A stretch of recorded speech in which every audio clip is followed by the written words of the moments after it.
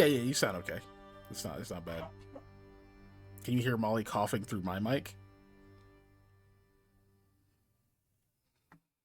Nope.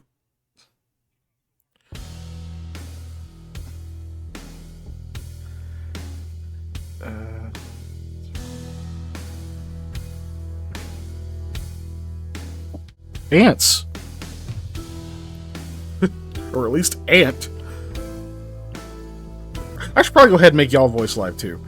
So that people just hear me just yell ants for no reason. Ants! Yeah. Sorry, chat and audio viewers. You can't see right now, but Hyperphase is petting an adorable dog. So just imagine he's a good boy. someone petting a dog. There you go. Now you're seeing what we're seeing. Oh, would you like to see it? Well, you'll have to actually watch. Are you prepared for our faces and also a dog? Does the dog have his face on? The dog is my face. Yeah, he's cheating right now by using the dog as his face. Alright, well, that'll have to do. Let me actually make sure this is set up to do what I'm expecting it to do before I click buttons. It was not. It was not. Now it is. Alright, I think that'll be our faces. Nope, they're not right. Hold on. They're almost. Nah, this is my face. I'm pretty sure I put the right one on today. Much better. Alright, cool. And then we'll just get everybody where they're supposed to go, because I didn't do that earlier. Alright, there we go. Everybody's faces, including the dog.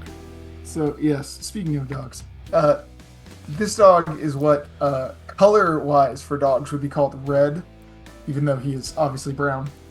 Yeah.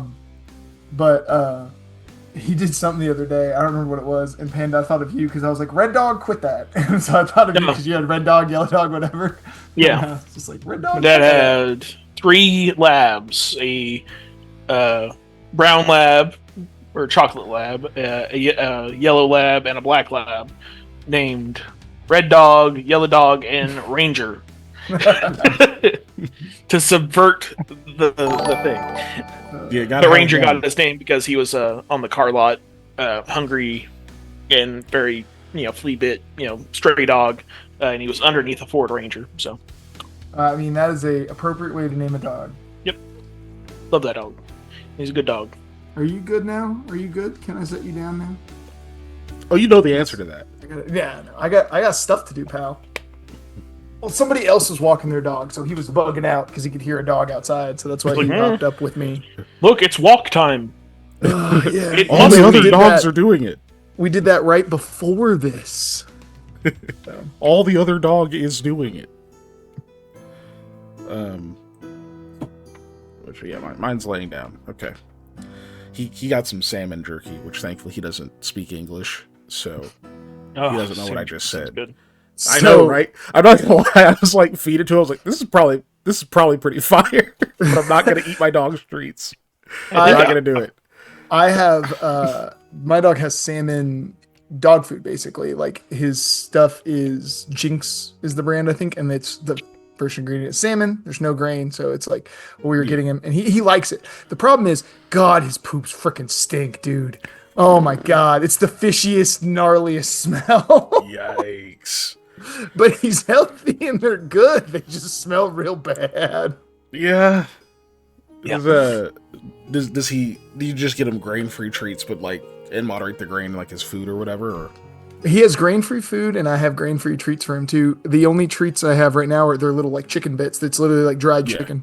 Is he actually allergic, or are you just trying the grain-free to see if it's good for him? Trying grain-free because when he had grain food, he had really TMI folks. He had really gross poops that were slop, and I was like, this isn't good for him. Obviously, so it doesn't sit well with him. So then I went grain-free, and he's been a lot better. So that's good.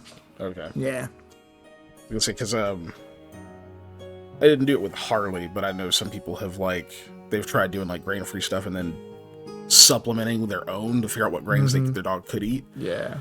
So he just but doesn't if he's doing process good on it anyway, it's super fine. well. Yeah, he just doesn't process it super well. So yeah, Dave's too busy eating all the Harley grains. Brown rice and oats, and that's it. So I don't know if he has issues with other ones. Yeah. We might try and, obviously change some stuff up and do things. I'll tell you what, though. Like most dogs, this dog loves peanut butter. Of course, right? And so we get like peanut butter flavored treats and stuff for him every once in a while. And every time I go to open any form of plastic bag, because those treats are in a plastic bag, like a zipper bag, he's like, "Mine?" And I'm like, "No, dude." He's Right. like, "Are you sure?" Like, no. Like, Harley still looks up anytime something crinkles. Like, it's not as bad as it used to be. Yeah. But like, if something crinkles, he'll still just be like, I'm just looking, just in case. I'm just looking, man. Do you need help? No, bud, I got it. I've had thumbs for a long time. I got it. I mean, if he ever needs to help me, I mean, bags I have difficulties with. Yeah, we know. I don't know, dude. I think I broke my thumbs at some point. And I don't like they never I don't think they fractured and there was no pain and they just don't work like how they should. Panda, I love you, brother, but that sounds like cope. I don't think your thumbs are broken. I think you got some copium going on. I think you just gotta own this one. So, yeah. Gosh. So I keep everything in jars. Right. I still don't know what the hell happened. It was like, as long as I've known you, that problem didn't exist, and then once it did, it's like you got cursed. He has like the bag yips. That's what he has. He has the bag yips.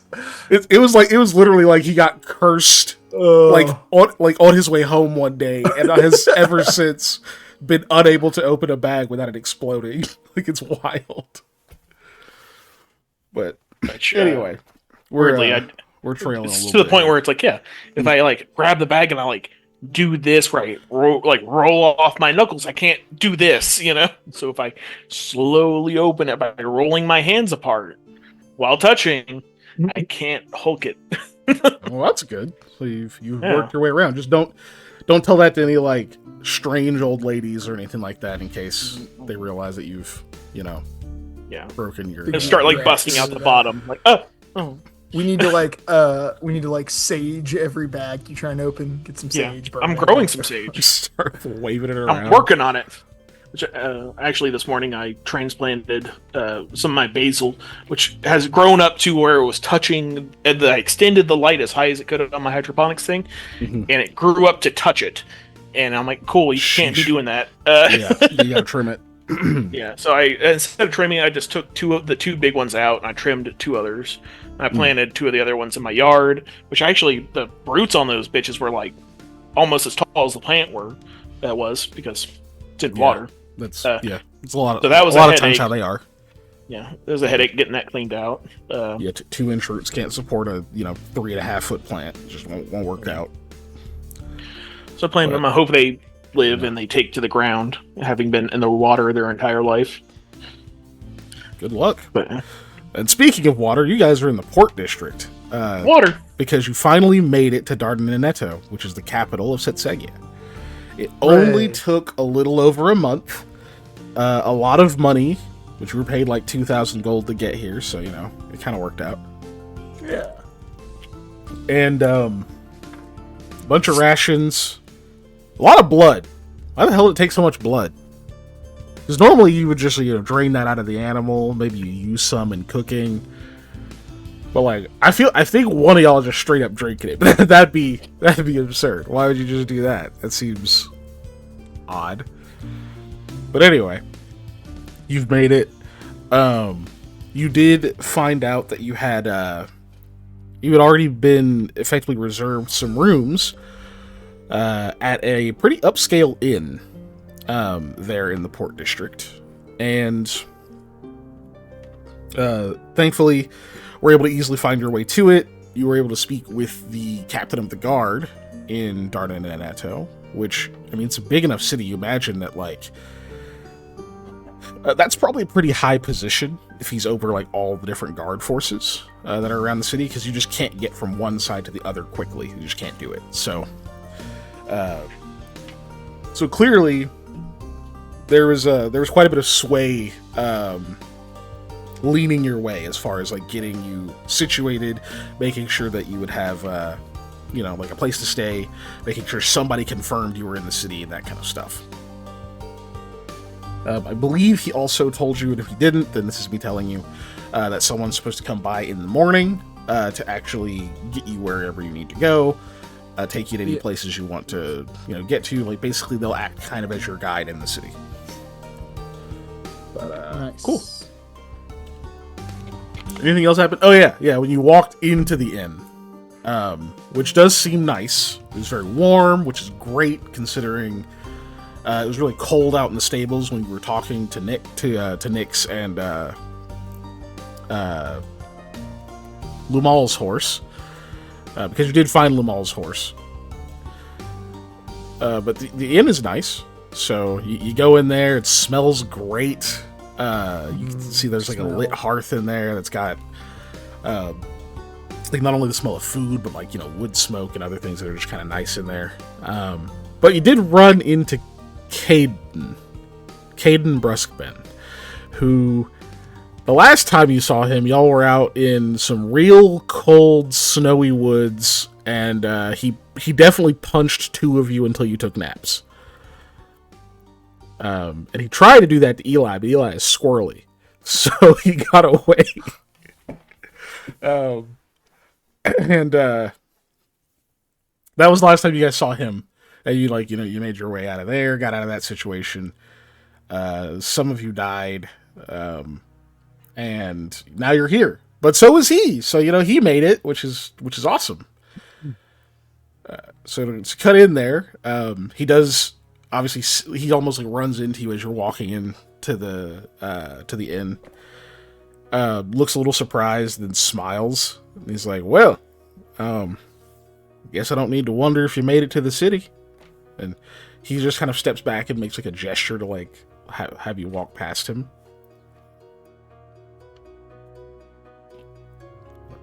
Mm-hmm. Well, is Lamal stayed here too? You ask that out loud? Yes. In the city, miss? Sure. No, not here. in this hotel. This inn? You know what I mean. He's like, nah, we got a different pad. Can I sense motive that? Sure. Don't roll a 0. I already talked to his horse.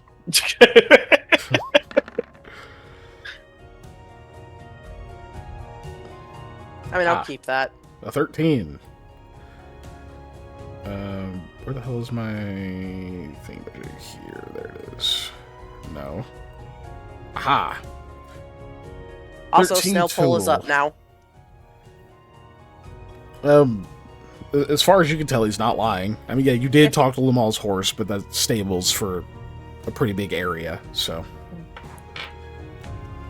he's got to be around. But you're like, why? You need to talk to him for something? No, I just want to avoid him if I could. Huh. Yeah, I guess. I mean, as far as I know, y'all are headed to the same place. Eventually, at least. The cycle? Yeah, I imagine everyone will go there. That's what I was thinking of, too. oh my goodness. I mean, sure, if you won't be a smart ass about it, but whatever. We'll have time to catch up later, I guess. Go on, get in the rooms, get comfy. You're standing out in the rain. Makes you you're weird. Right. Very rude of me. Rahala, come with me, please. So you guys like get out of the mudroom, walk past him. Sorry, I was coughing while you were saying something. You get out of the mudroom, you guys walk past him, go up to check in and everything. That's Lamia's intent, yes. Yeah, that was my plan. Okay.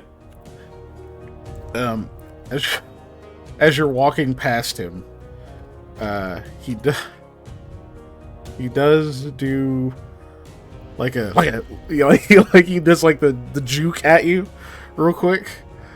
Hold on, let me see what he gets. I don't think he's actually very good at that specifically. Where the hell did the sheet go? Oh, there it is. Okay.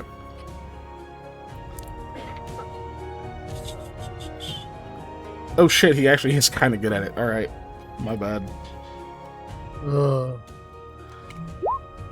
It's a combat maneuver. Okay. So yeah, Wabia, for a second, or all of you, for a second there, like, you think he actually goes to attack. He just, like, jerks real quick, and, like, obviously Rahala jumps really, just 10 feet in the air. gets behind you, Lamia, of course. You definitely, like, feel yourself, like, tense for a second. But he just kind of winks at you, and he will walk past, outside. Neat. Let's get a room. I'm gonna go. You want me to go handle it? Sam, he would punch your lights out if you went by yourself. He can't see me. It's raining out there. No,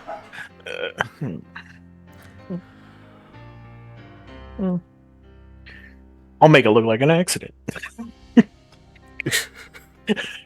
How? What Falcata related accident are you gonna make that look like?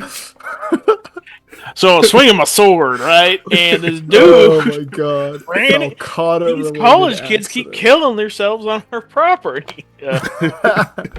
He threw himself into the wood chipper. Oh my goodness, that's amazing. I love it. Yeah. Since you said no, I guess I won't.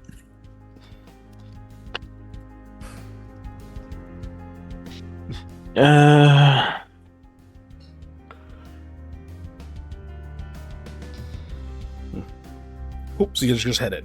Neat. Yeah. Neat. Also, you would know that this inn is called the Westerly's Inn. And it is 3 stories. As I said, it's very well built. You can see from the outside that it's got 3 floors, which is not a super common thing. In fact, pretty sure the only 3-story building that you've seen in, like, Saigon would have been the actual citadel, like the actual castle. Excuse me. And even that 3rd floor isn't like a proper, like, living space or whatever, right? Sam, you might have seen a few of them when you were coming through Seltans, but, like, you just kind of cut through that place, so. Mm-hmm. But yeah, it's got 2 other floors, very well lit, and as you're walking through, you can see some of the servers and such, like, going to, like, set plates and things on tables. You can see that they've got, like, whole smoked fish and other stuff like that they're setting out. As you're coming up to the desk, you can see that the kind of middle-aged Vishkanya man that's standing there is kind of, like, looking, like, past you a little bit at the door, and as you get closer, he's just like, I was a little worried a second there that might have been some rough business going on, but looks like maybe you guys just know each other.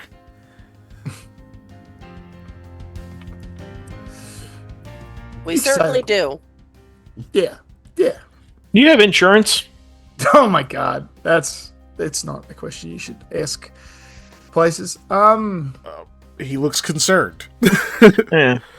Just we ran into that guy out in the wilds one time, and we're not friends.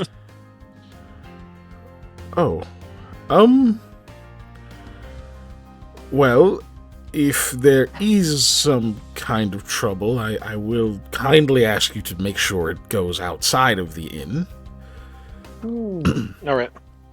Our patrons. This is meant to be a safe place to be out of the storm and everything. It's not a place to settle grudges. And I do have security on staff, I'll have you know. Oh, that's good. That's actually fantastic news. I feel a bit better. As you should. Now, what names can I check you in under? We've got a few rooms, not many, unless you're a specific party. We're Aldwin's Logistics and Retrieval. We were escorted. I mean, not escorted. We were assured by Yorak that the White Thrush has supplied us a room here. Oh, were you? That's awfully kind of them. And your names? I am Lamia. Yeah, I thought it would be under Aldwin's Logistics and Retrieval, right? Because we're a company. Well, anyways, I'm Eli Wasif. That's Samuel Goodbean. He's being obstinate. Just wanted to make sure. To be fair, he kind of leans in a little, says, the name of your company is easier to come by than your individual name. So I wanted to make sure you're who you said you were. I wouldn't want anybody stealing our room either, so I appreciate the due diligence. Helps that you fit the descriptions. He kind of rummages down below the counter as he does so. He says, have you eaten? We're just serving dinner. There's still time to get an order. Oh, we would love some dinner. You can see that, Eli, you guys are in front. You can feel Yovane, agreeing. You don't even have to look at him. You can just sense the, yes. So he says, okay, yes, we can certainly do that. Would you like to dine down here in the common area, or would you prefer to have yours up in your suite? I look to the group so that I don't just say what I would do. Lamia would prefer the common area, just to potentially hear how things are in the city and such like that. You know, what the worries are of, the potential war happening very soon and all that jazz. I suppose we'll do it in the common area then.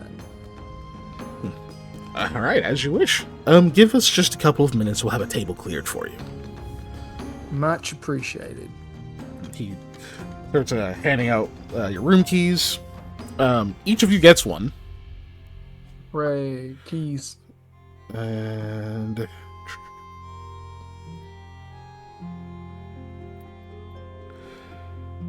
cool. So each of you gets one. You get a couple of seconds where he sort of ushers you to the side a little bit. There's a couple other people that are walking up from behind you. They appear to be tenants is not the word.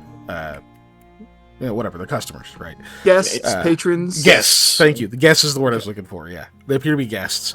Be our guests. Asking things about their rooms, and one of them asks something about one of the baths. So you learn that there's baths here. That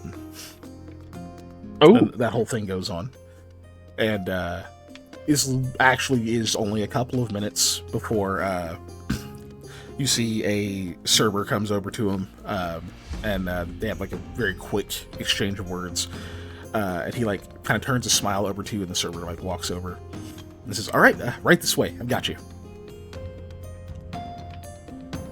Great. All right. You guys go around where the stairs are. You can see that there are several other tables. You can actually see now where the kitchen is, which is just an open area. It's actually not a closed kitchen. So you can see a lot of things being cooked over there. Several ovens, and all sorts of stuff. You can see some different breads and whatnot coming out, flatbreads, that kind of stuff coming out. But they do seem to have pushed. Excuse me, sorry. A couple of tables together.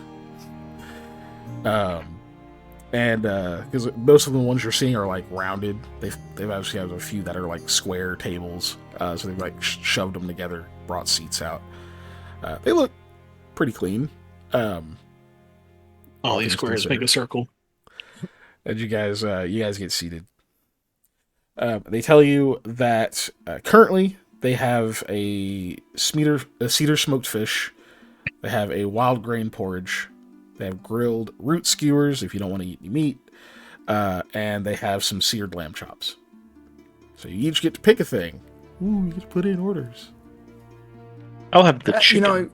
That's surprisingly rare, No. actually. Very. What y'all want? Well, I personally, as a human, love goats and sheep and wouldn't want to eat them. Eli has no such compunction and will gladly have the lamb chop. It was a criminal lamb, by the way. He was convicted of arson. Yeah, this is a lamb that all the other lambs It cooked want you to itself, huh? eat. They are. Yeah, so it's vegan too. Don't worry, I asked the think other that's how lambs that what they works. thought. They're glad you're eating this guy. Oh my gosh. Lamia would also go for a lamb chop. Sam doesn't really have a preference, but he wants everybody to get something different. So So he's gonna get something different. Sam being difficult. Sam's that guy at the table when everybody orders something and they're like, "I'll have the chicken teriyaki." He goes, "I wanted the chicken teriyaki. Now I have to get something different." And you're No, like, dude, just order that. And it's just like, no. specifically like his first jump was the fish, but if somebody else gets fish, he's gonna get the root skewers. But if somebody else gets root skewers, he's gonna get the grain. If somebody else gets the grain, He's got a plan. He's yeah, got a he's flow chart. Yeah. If this, then that. Yeah. So you're sitting there while everybody else orders. It's you and Hattie that are both sitting there because you're both doing the same. I was literally gonna have her doing that. So you're both doing the same fucking thing. That's funny. Mm. Yeah. Did anybody? Well, So I'll assume somebody doesn't get fish. So it's like, hey, I'll get fish, and I'll let you have some, and you get whatever, and I'll take some. So we'll do the weird couple thing where we trade entrees a little bit. So yeah, she'll get the wild grain porridge. Which That in real doesn't life, sound weird, I dislike Sam. that. That sounds like normal. Yeah, no, I hate that shit because when I order food, I get what I want. Like, I'm getting food for me. Yeah. It's like no, But but unless it's agreed They're- upon beforehand, that's where it's apparently like, what they're doing. I want to Well, try yeah, some of I your was gonna food, then I'll be say- like, oh yeah, sure. Oh, Yeah, okay. well, you I gotta don't want it to be a keep it family- I don't want it to be a surprise of like I want to try yours. yes. No, Yeah, that's you that's ordered fair. your thing, I ordered my thing. There was Yeah. no discussion of trying each other's stuff. Or you Yeah, go you to just like gotta a communicate. family style restaurant Yeah, where yeah. you all share things. That's my preferred way of eating. yeah, Generally, family style because is nice. I like that. Yeah. What kind of fish Cool. is it? I know it was So- fine smoked. Fine smoked? It's What'd you say? cedar. Gefilte fish. Cedar. Cedar. Close enough. In tree entomology, it's like saying an elk and a deer, you know? Like Yeah. yeah, they're close. Not the same, but close. Shred them all. I don't know. Roll me a d10. Oh, okay. Oh shit! Wait, some of these aren't eligible. Whatever. I'll see what you roll. Figure it out. 1, 2, 8. Oh, it's a sea bream. Oh, nice. Red sea bream. A bream. Yeah. Which, sorry, slightly off topic. They added new fish to the Monster Hunter Wilds update as well. Oh shit! For real? God damn Yeah. it! Wasn't ready. Sorry, wasn't ready. slightly off topic, but Wasn't ready. we've been talking about Wilds. Yeah. I'm like, Yeah, ooh, if bream. you were in our Discord, you would know that they've been talking about wilds, and I muted the junk drawer while I was at work because it kept going off. And you can join our Discord via the link in the description. Yes. There you go. Free plugs. Thanks, Panda. Yeah. Cool. But yeah, it's I mean, a they're always red free. sea bream. So yeah, you guys get that. Yeah, Varbrong's with you, so you get to eat with him before he heads out. Which he does seem intent on getting to the docks tonight, as if, like, you guys know better. You know it's a bit late. It's unlikely there's any ships leaving, but it is possible. So you at least get a meal in, and then you'll decide who gets to go with him and that kind of thing, if you're all going. Cool. Cool. But get a meal, get to put your stuff down, that kind of thing. So yeah, you guys have a few minutes. They bring some.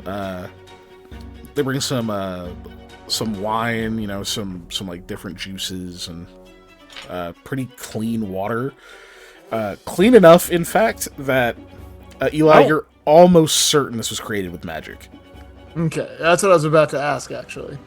Yeah. I don't like that idea of pretty clean water. Like, up to this point, we haven't had pure water or whatever, you We know? haven't. You've had, like, it's been filtered, but, like, not like a modern filter, that kind of thing. So it's, like, it's clean, but it's not, like, pristine. You know what I mean? It's been filtered through layers of rocks and charcoal through a Exactly. thing that drips it down over time in the sun or whatever the old filters were. Yeah. So you would get, like, the taste of, like, dirt or other stuff like that, even though it's not, like, dingy necessarily, but it's, like, it's not like it's full of poop or something, right? We're not going to get, you know... That straight doo-doo water. Yeah, no, I was going to say we're not going to get dysentery from it, but yeah, the doo-doo water. I like the idea of the levels of cleaning water in survival situations, which technically survival is camping. You boil water to clean it, but you can also, like, boil the water but catch the steam and have the steam, like, it's like distilling almost. That's literally distilling, yeah. Yeah. But it's, you do that with stuff like what's a good word for it? Like water that has particles of stuff in it. So, like, a lot of sand, a lot of dirt, stuff like that. Stuff that boiling's not going to clear out. You can't strain out, and you need to, that's the reason to do that. Which, there's also enough, like, clean rainwater here that even kind of clean water in Setsegia is probably cleaner than what you might have drank back home, you know? Because there's not, like, pollution and shit like that in the air, and even if there was, it rains so constantly that that's actually clean water. So, which is nice. And it's raining all the time, so there's not a lot of dust particles. Correct. There's almost none, you know? It'd pretty much only be, like, when it stops raining and starts again, that's, like, the only opportunity it would have to have... Pollination must be a bitch for plants here. Yeah. Yep. Yeah. Well, they're using... or you got real scary bees. Yeah. Well, I was going to say they're using the other forms of pollination, which is usually when it's stuck to, like, animals and certain things where they spread the pollen. Yep.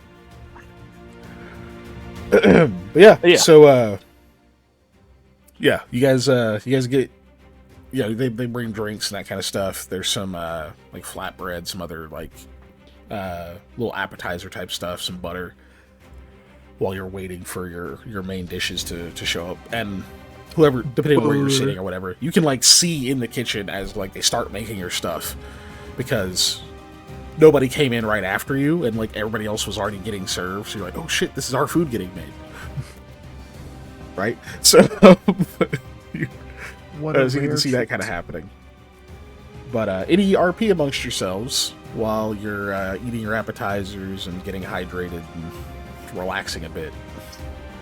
I am going to look to Yovane to see, like, his reaction, since he's the resident foodie of the group, and I am just happy with fresh food, not trail rations. So I'm just curious what his reaction is. Yovane seems very pleased.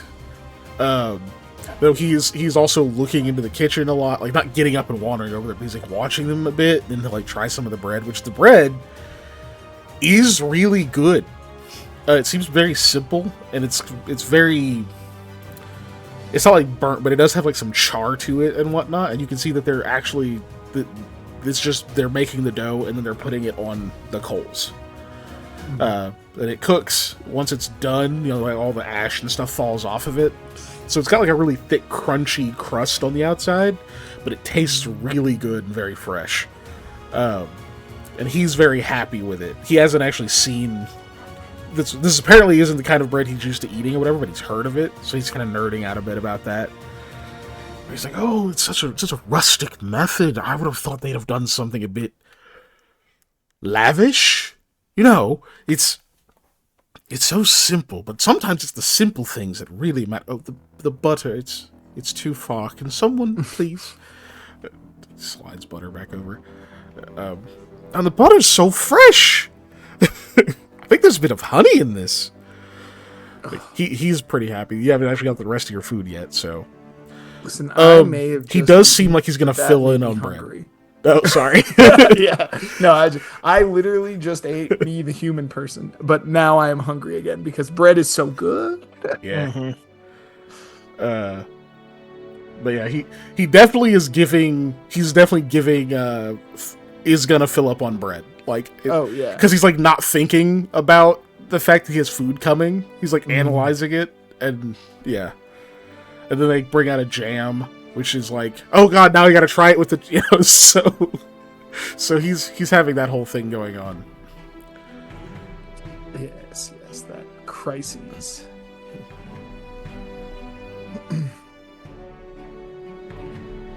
Any other or anything? Just, oh, go ahead. That was it for me. I'm just gonna eat, but more cautiously than Yvain is with the bread. But I'm gonna definitely over butter my bread because fresh honey butter is one of those things where I definitely put way too much on each piece of bread. You know, where it's just like, are you having bread or butter? Like, what is the food here? You know, I'm having both. All three B's. Bread, butter, both. Both. Yeah, no, I got nothing. So. Lamia will ask, well, we're here in the capital, Yvain. What did you plan to do? Well, honestly, I think... One moment. Finish chewing. I think what I'm going to have to do is find... There's a few people I should be able to meet in the city. I think we probably passed their district. But once it's daylight, I don't mind going around by myself. I mean, at this point, it's only regular cutthroats and weirdos to worry about. Which, I mean, we've long since passed those sorts of dangers.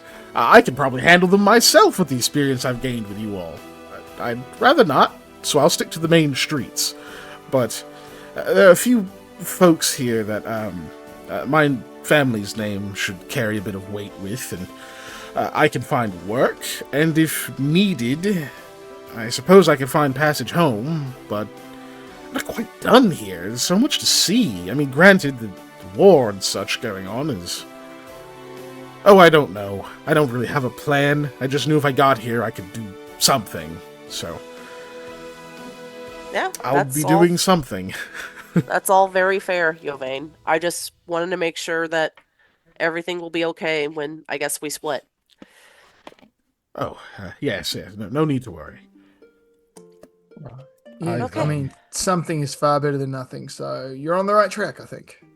Yes, and thanks to being able to go with you, I've been able to retain at least a small amount of my previous funds, so enough to do something myself, at least. Which I really do thank you for letting me go along this whole journey with you. I know there was something in it for you, of course, but even still, I can't be the easiest company to have all the time, with my whole fear of the dark and aversion to having rations so often.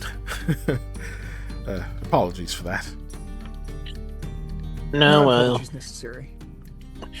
If we weren't in such a time crunch, we could have done better than just the rations we had, you know.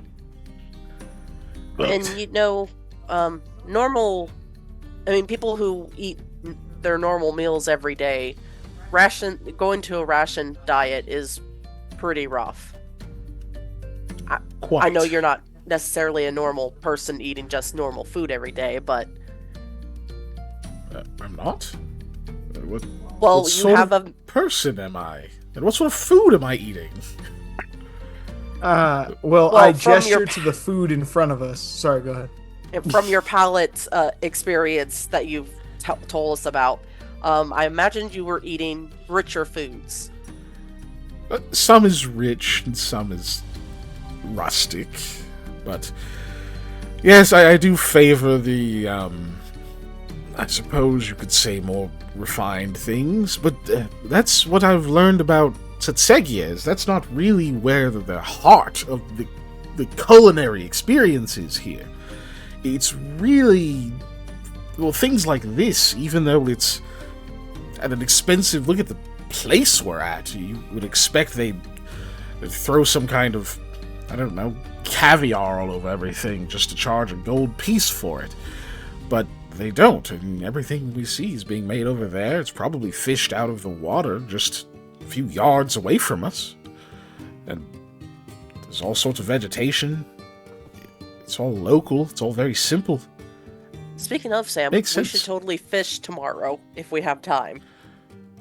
I mean, yeah.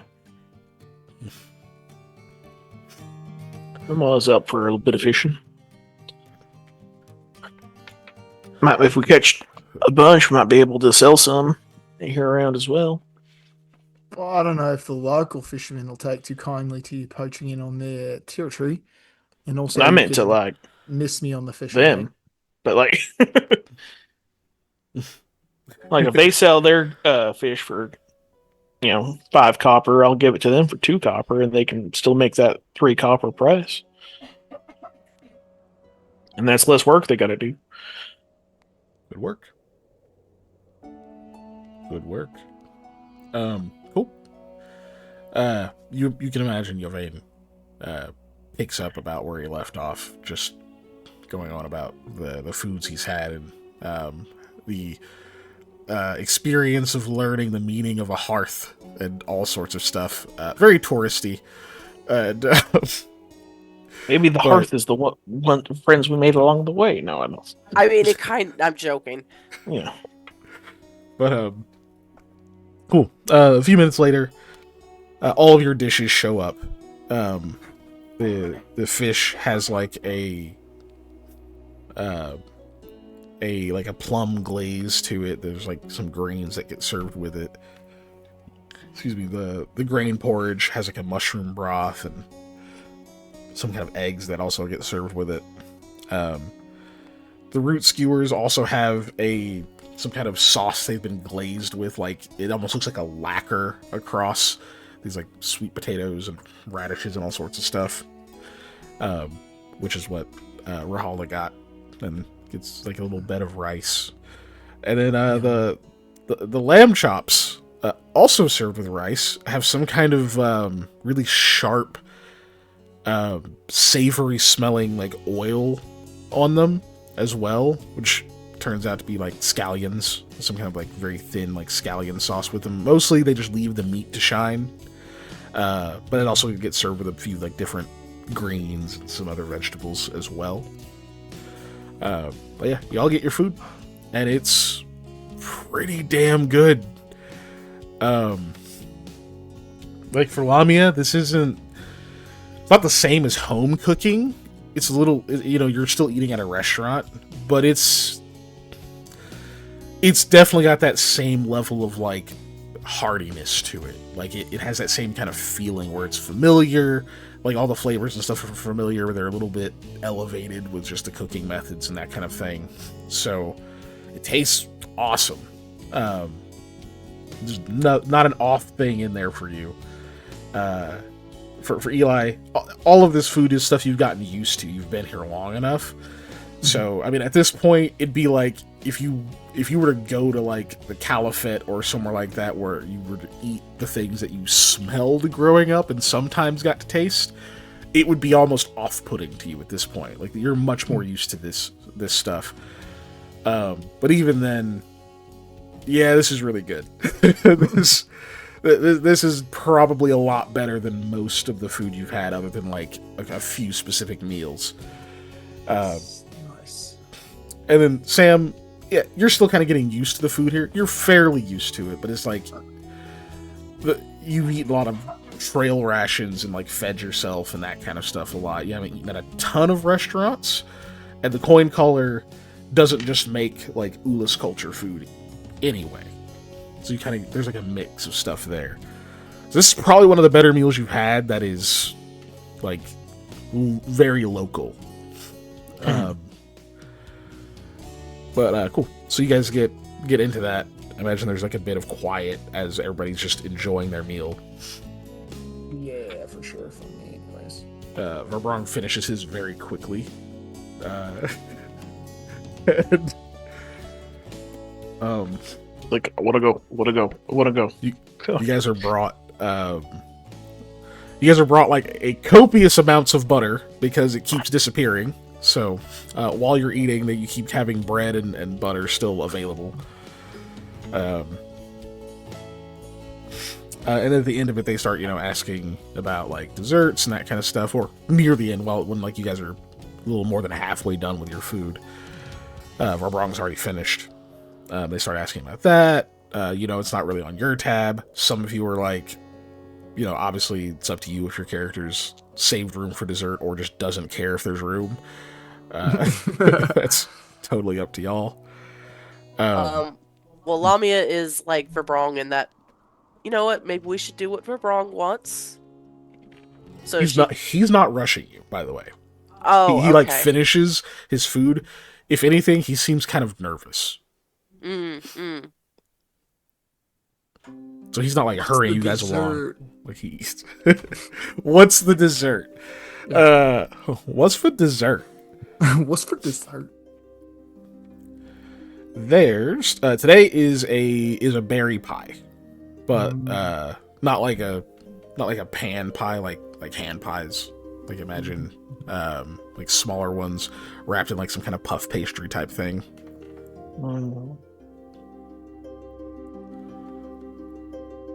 With fresh cream. Oh yeah, you guys eat that. Yeah. Oh, if it wasn't for the cream, I'd have let it pass. No, you wouldn't. But the cream really sold it. Yeah.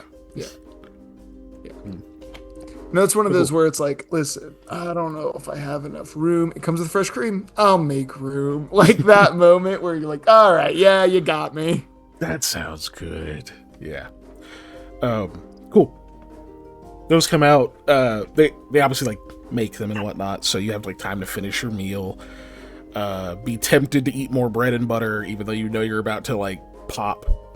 You can then you start to smell like the cooking berries and whatnot, and like it's like slight burnt sugar type scent. And then when they bring them out, Yum. You do get something that none of you've actually had before. They serve proper whipped cream. Like it's actually whipped. So there's like a moment where it's like, why is it? Huh? What'd you do to it?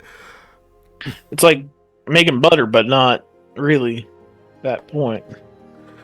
Right? Yeah. Your server's like, oh yeah, if you overdo it, then you'll start getting butter. This is like almost an in between. A little bit more on the cream side. You can actually take it even further. You get something called clotted cream, but usually that requires a bit of reducing. Oh, yeah. In real life, I've accidentally started making butter because I whipped whipped cream for too long. Yep. I'm in gonna the stand mixer. That thing where I go like take some of the butter, take some of the whipped cream, and like I try them like one after the other because they said it's like almost. I'm like trying to figure out the similarity kind of thing. I'm like, why does this taste so different than this? It's okay. There's like oil in milk. Eli's eyes glaze over. And oil's what butter is. But yeah, And it's proper whipped cream. yeah. So, you guys get that. Sam tries to explain it, but he's like also kind of like, well, I don't really know. Yeah. Well, if you whip it a little bit, it stays close to cream. If you whip it too much, it doesn't want to be cream anymore because it keeps getting whipped. So I think that's what happens. The milk says, "I'll be better. I'll be better. I'll be butter. I'll be butter." Yeah. Oh, buddy. All right, there's the canon good beat explanation on how you get the difference between whipped cream and whipped butter. All right. Woo, boy. Whipped butter. But anyway, it's my aerated butter. You guys get to get through your meal. It's a lot of food. clearly, these are like decent portions. Whereas like you didn't have to necessarily eat all of it, but it's like, what are you gonna do with it afterwards? So, they clearly want to make sure that like anyone that eats there does not leave hungry. So it's a bit much. It's really good. You come to the end of it. Verbrong kind of like scoots his seat back a little bit, but doesn't say anything. Just kind of scoots back some, like he's ready to get up.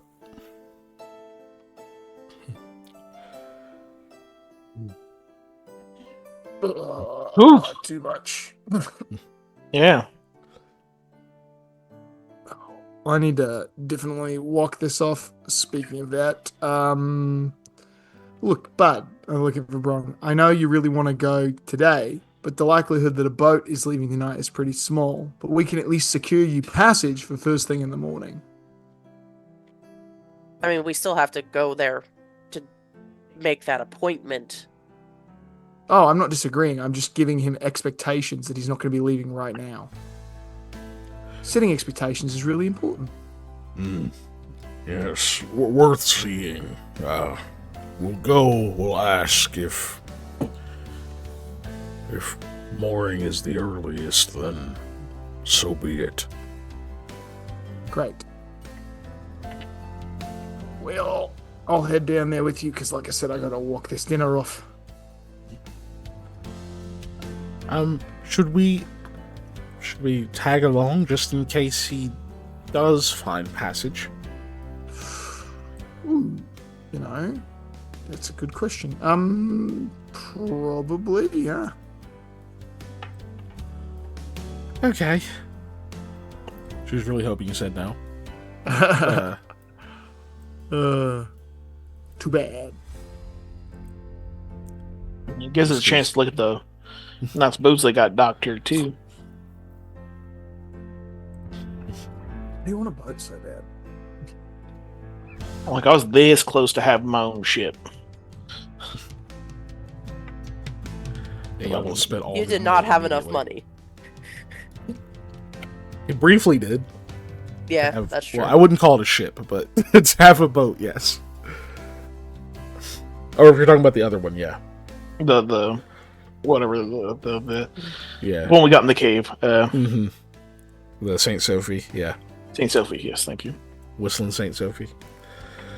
Cool. So you guys get up, Whistling Dixie. realize that okay, you definitely gained a few pounds. Somehow eating like a pound and a half of food, you gained weight. Crazy. But Crazy. It's the butter. yeah, that's what did it. Not the literal weight of the food, but so you guys get up. You take a few like waddling steps away, like you step over by the fire a little while, warm yourselves up some. Do you go like stop by your rooms or anything first? Drop off or? I don't think I have anything to drop off, but I don't think I do either.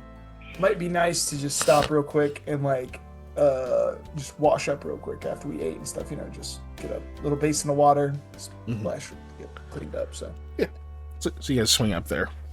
Verbrong waits downstairs. So you guys have like you're gonna like keep your backpacks, all that shit on you as well. Well, I mean, I just have the one bag, so yeah, I'm keeping that with me.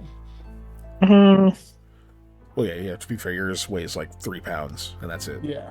Yeah, Sans is heavy. Yeah, everyone else's bag is heavy and clunky. Yeah, Sam has like a whole ass animal trap in his bag. Oh yeah, I have armor in my bag. So yeah, allow me to oh shit, I leave got that leather behind. too. Yeah. No, I got rid of the leather, didn't I? Yeah. Yeah, I believe you sold it. Excuse me, I'm yawning. But either way, you guys make it up there. Yeah. I assume some of you were leaving your backpack. Yeah. Let me keep like lock your door after you leave and all that Yes. stuff. I do want to examine because we are in different rooms. Yes. Yes. However, when he called it a suite, he wasn't kidding. It is 2 conjoined rooms. So you have a door between the 2 rooms, and then like doors out into the halls. But the 2 rooms are huge. It's literally, you go up the stairs and you can see that there's like, obviously you have all your keys that work. And you can see like the 2 different entrances to it. But you can tell that these 2 rooms are basically like the centers, like right above, like second floor, middle of the second floor. They like take up that whole middle section, and the other rooms are kind of on the outside, with like a few maybe on like one side of where yours are, but yours is like a massive center portion that's like divided into. So there's several beds in each, with like curtain dividers, little rods that you can like put up that will like keep the curtain taut so that it'll actually act more as like a wall in a way. And multiples of those, so you can put like 2 or even 3 of them if you want it to block light, that type of thing. It's not like a bath in there, in the room itself, but there is a bath connected to it. So if you imagine you have like a square, and you have like one set, like one of the suites on one side, one on the other, and they're kind of conjoined at this part. That very center of the square is actually a bathroom. Okay. And by that I mean there's an actual bath in it. It's not just sitting there full of water, but you can obviously request to have it filled, that kind of thing, and take baths, that type of deal. And then on either side, just outside of that, is where you'd have like your basins and stuff for just general cleaning. But these are fancy motherfucking rooms, effectively. Not like super amount of privacy, but enough. You can have privacy easily. And looks like several like proper mattressed beds, like not straw or anything like that. Like big thick comforters, all that kind of stuff when you get in there. But cool. So you guys go up, drop your stuff off. Anything else you do while you're up there? No, not for me, anyways. All right. Yep. Cool. Not that I can think of. All right. I'll be sure to still take my bow and sword. So keep the necessities on me. Since we already ran into somebody who kind of actively hostile. Well, kinda. Well, look, man, I'm not sure if Setsegia is a concealed carry country. But no. Okay. Like, I'm just saying. I don't even know what that means in this context. Like, you can Look, carry a weapon, but if you go into a place and they tell you not to, you can't just go in anyway. That kind of thing. Right? No, I mean in the aspect of somebody you beefed with and you had a fight with, and it's basically on site now of fighting, and they do the whole wood kind of shit. It's like, oh, okay. Draw, motherfucker. Okay. You made a hostile action towards me. Maybe if you were in Hoyoko. Let's go. Yeah. But here it's gonna be like, okay, so he kind of like juked at you, and you fucking destroyed a room fighting this guy who wasn't actually fighting you. You look crazy. Yeah, it's a hard sell. Even though there is like warrior culture and that kind of stuff, like that by itself would be extreme. You dishonored me. Yeah. Oh. Like, especially if you were to then be like, let's take this outside, then people would understand. But if you start swinging in the entranceway to an inn, that would be a lot. Just like if he had actually like attacked you right then, would have been a lot. Oh, okay. But yeah, either way, you take your weapons, of course. Yeah. Of course you take your weapons. Unless told not to or whatever. So cool. You guys head out. Now granted, do you Yeah, I know you're taking the halberd, but yeah, that's the only thing that like legitimately stands out. Even though Sam's got like a big sword that's sheathed, like you can't really sheath a halberd. But that's the only one that's like that people will take notice of and be like, dude, you're carrying a fucking whole pole arm over here, but you're outside, so it's fine. Cool. So you guys head out, back out into all the rain and stuff, which even for the native here, it's a little jarring compared to how comfortable it just was, and dry and like nice smelling. But you get out here and immediately it's like your nose and ears are cold, like right away. You can't really smell anything but like mud. But either way, you guys get outside. You start heading out towards where you believe the docks to be. It's not, again, the weather has cleared up quite a bit. It's normal Setsegia rain, which is still enough to obscure vision to an extent. But not for Sam. So Sam, you'll see before anyone else does, of course. As you're heading over towards the docks you already were able to see that like the area of the city you're in is kind of elevated, right? Like you're not at sea level or anything like that. So you can actually see what looks like these series of like effectively giant dumbwaiters that have like attendants who you imagine would take another job if they could. Because they are standing next to these big-ass dumbwaiter things under, like, small awnings and such. But they are just, like, standing out there in the rain, for the most part, with, like, big, thick cloaks and everything on. They do, thankfully, have, like, a little booth nearby that they can, like, retreat into. But as you're approaching, you can see that they're actually just standing out there as you guys are getting closer. They shout to you as you're getting over there, like, going to the docks, yeah. You kind of get all the way up there. You can see that it's pretty much taking you down a cliffside. It's effectively like an elevator, but they have to actually manually lower or raise it. So did you say like you call back? Yeah, you're going to the docks, that kind of thing. And you like approach, and you can see that like he whistles for his buddy, who was apparently the one in the booth. Yeah, apparently only one of them can actually fit in the booth at a time. It's pretty small. So they're probably taking turns. Like they each have like one in the booth part of the shift and one out. But like whistles for him, and they start like pulling these chains and such, and they get the bottom of it raised. One of them like pulls a mechanism that like locks it in place. It's probably just shunts like a big sturdy bar of wood or something underneath it.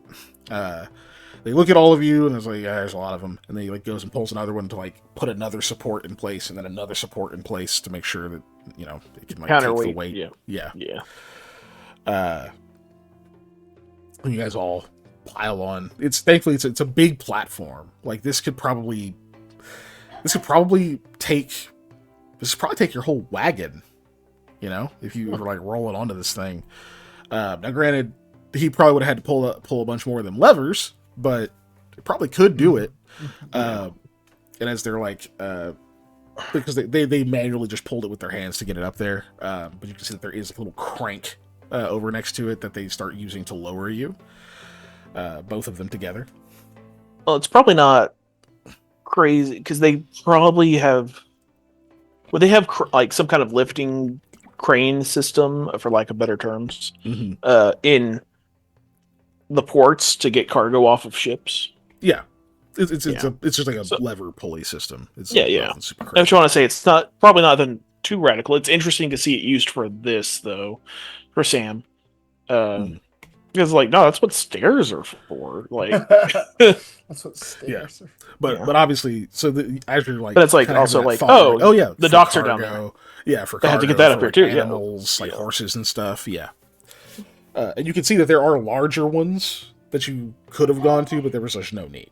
There's like bigger ones like off further down because there are quite a few of them lining these cliffs. We're a farm. I'm gonna get on the one for like whole ass cargo ships being brought up. I want to stand in the center of that. Just arrive that way. Yeah.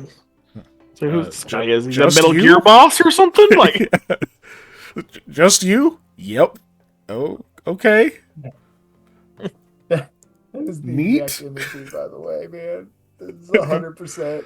The lift comes up all by itself, and it's freaking liquid in the lift, Yeah. just talking shit. something used to Oh, transport tanks or something like that. Yeah, You know? it's just it's a you. massive lift for a Metal Gear, and it's just Revolver Ocelot standing there. Yeah. I don't know this city well. Please take me back up. I'm lost and I want my parents. Okay. I'm about to cry. Hurry before my stance breaks. But anyway, Yeah. So you guys get lowered down. And yeah, you can see that there are stairs. There are definitely stairs. They're pretty far off. So this would be more of a Sam probably sees them way off, like past a bunch of these other things. You can see that there's like a part of the cliff wall has like some stairs running down it. It'd have been a long walk to get over there. But there's a few other sets. It's just this was easier. Finally get lowered all the way down. You can hear them kind of like calling from up there down to like another set of attendants or whatever who like, you know, lock the thingamajig and yell something else up at them. And you guys start stepping off, and you are at the dock, which also means that you have technically moved from the Divaji level to the Delkahi. So you aren't in like the proper Delkahi, like lower level part of the city. You're just in this dock area because obviously it has to be at sea level. And you can see that there is like a huge port. You can see several ships kind of lining the port. There's more empty space than there is ships. Many of them have probably left port already. There's an area for much larger ones, and then obviously smaller crafts, which is nearer to where you are now. You can see that there is a road you could kind of follow that curves sort of northwest-ish into like an area you can't quite see, which you know seems to curve around like the road you came to get here seems to go around that same area that you weren't quite able to see. There's probably another entrance to here down that way. And off in that direction where you can see where like the docks and such end, you can see that there is like a seawall kind of structure that you can see like part of. But yeah, you get down there, and you can see that there are near you. There are 2 boats available. Second, one of them, like no lights or anything in it. You know, you see some people like on it, but they don't seem to be doing a whole lot. Probably security. They're probably just there making sure nobody tries to steal the damn boat. They like move around the deck a little bit occasionally. One of them, you know, is like hanging out of the, hanging kind of off the side a little bit, just looking down at the port and whatnot. Occasionally they disappear into one of the cabins, that kind of thing. The one nearer to you does seem to be a bit more active. Let's see. I don't think any of you necessarily would know, in character, would know ships super well. Say it was been on a single boat. Eli wasn't an adult when he was on a boat. Yep. And Lamia may or may not have been on a boat, but it wasn't traversing. Yeah. Our trip on the Whistling St. Sophie was Eli's first experience in a boat that he recalls. That's right. That's right. Yeah, Lamia too. Cool. So that means Sam and then 2 NPCs are the ones with the most experience on boats. Cool.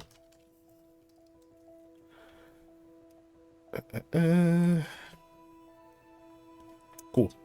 So let's see. The one closest to you is it's a little smaller than the Whistling St. Sophie, but not by a ton. It's probably the same class of ship.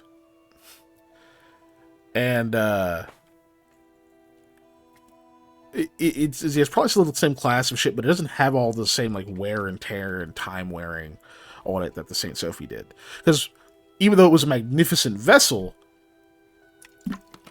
the St. Sophie was old, right? It had been down there a long time. There was stuff that was like worn off on it. 50 years or something ridiculous. Yeah. Of just sitting down there unmaintenanced. It was in great condition considering how long it had sat. This one is just in great condition. And you can see that the crew that's kind of like moving about it and whatnot, with lanterns and whatnot, they're kind of like shouting back and forth at each other. You can see there's a man standing near where you can tell the captain's quarters should be. Not very tall, but very broad, like big fancy kind of cloak over him. Seems to be like calling things out to different people and telling people to check stuff and whatnot. Like turns, kind of like notices you guys as you're like stepping off of that platform you were on. You guys are pretty far away, but he does seem to be kind of regarding you for a moment. Like he's sort of watching to see what you do. Because you're showing up at the docks with a big ass group. You don't look like you have a boat. That kind of deal. Once you get like a slightly better look at him, somebody like runs by with a lantern. You can definitely tell this guy is Avar. Just the beard, the facial features, all that stuff is definitely Avar. It looks like he might be fairly young for an Avar. But yeah, he seems to be still just kind of watching you, seeing what you guys end up doing. Neat. Other vessel is much bigger, but it's further down. The one that I'm saying probably has security running around on it. And then if you go like the opposite direction, it's all like much smaller vessels, stuff like fishing boats and that, like small fishing vessels and stuff.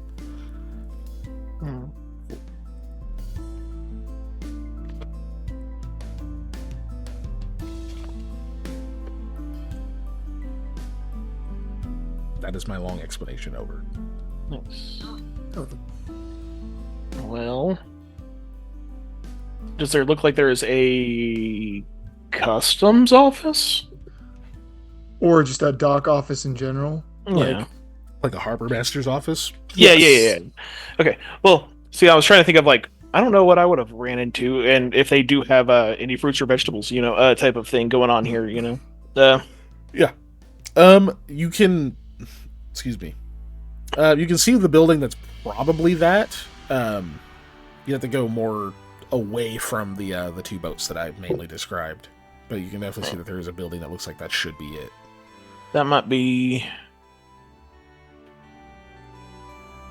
Yeah, I'll do that in character where I'll say, like, yeah, Harbor's office or custom office might be where we can figure out what boats are leaving when. Yeah, it's probably a good place to start. And then from there, we can go to probably talk to them individually or however and see if we can get passage for a friend.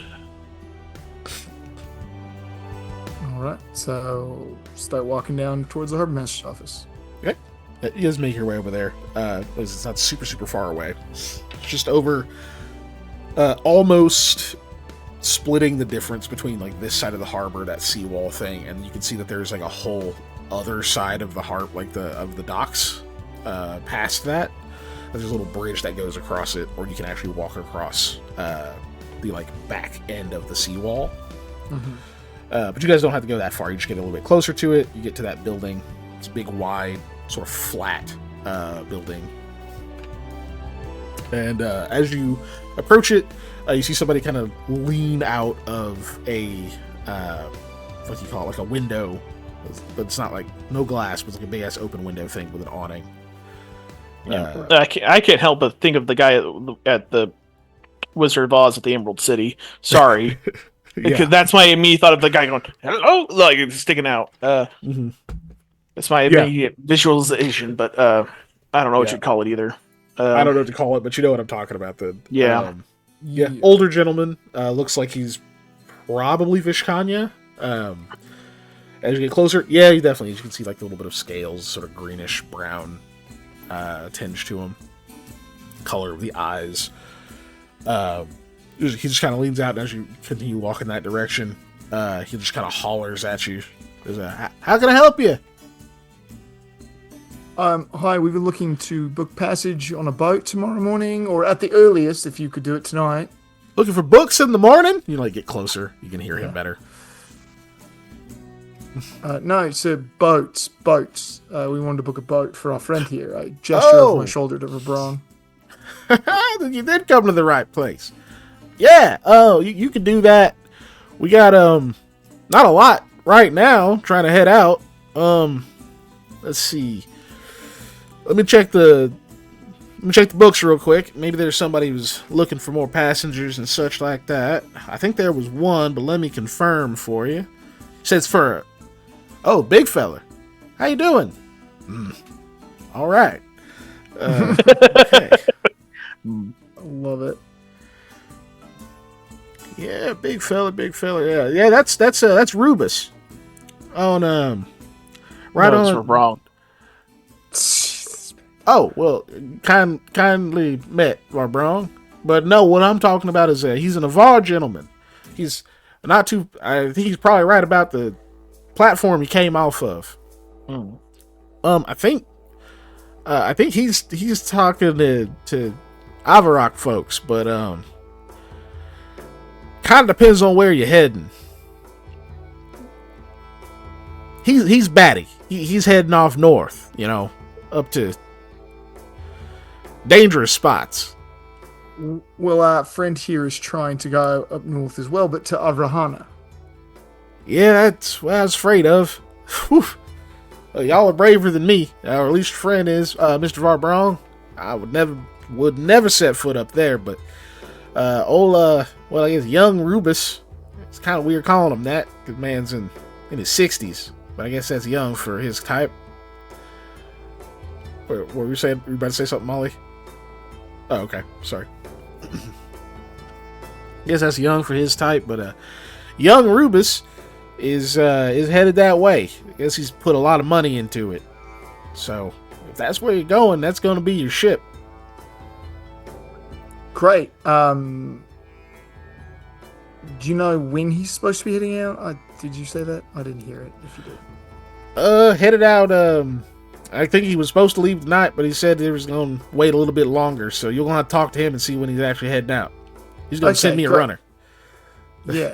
Well, then we'll head that way. I just gesture to the ship that we passed. The other guys, that one? Yes, sir. Great. We head that way, I guess. All right. So you start heading back that direction. As soon as you start walking back that way, you can kind of see the man who up there, who you now know is probably Rubus, kind of nods, nods to himself, and then goes to talk to some people. You walking back that way is confirming, okay, yeah, we're gonna end up talking. So he is dealing with some of the other people while you make your way over there. As you get closer, he actually disembarks off the ship, steps out onto the dock. You can see he lands pretty steady. The guy that comes down with him, younger demi man, kind of stumbles a little bit. You can tell he's been on the thing's been rocking a lot. Now he's on solid ground, so he kind of has the sea legs a bit. Yeah. Gotta get your land legs back. Rubus kind of just claps him on the shoulder. The dude's flinches. He's like, I got it. And he's like, all right, sir. I'll go around. You go ahead. And the guy runs back around the other side of the ship. Starts yelling other stuff up to the other guys who are shouting other things back. Non-consequential. They joke around, that kind of deal. Oh, yes.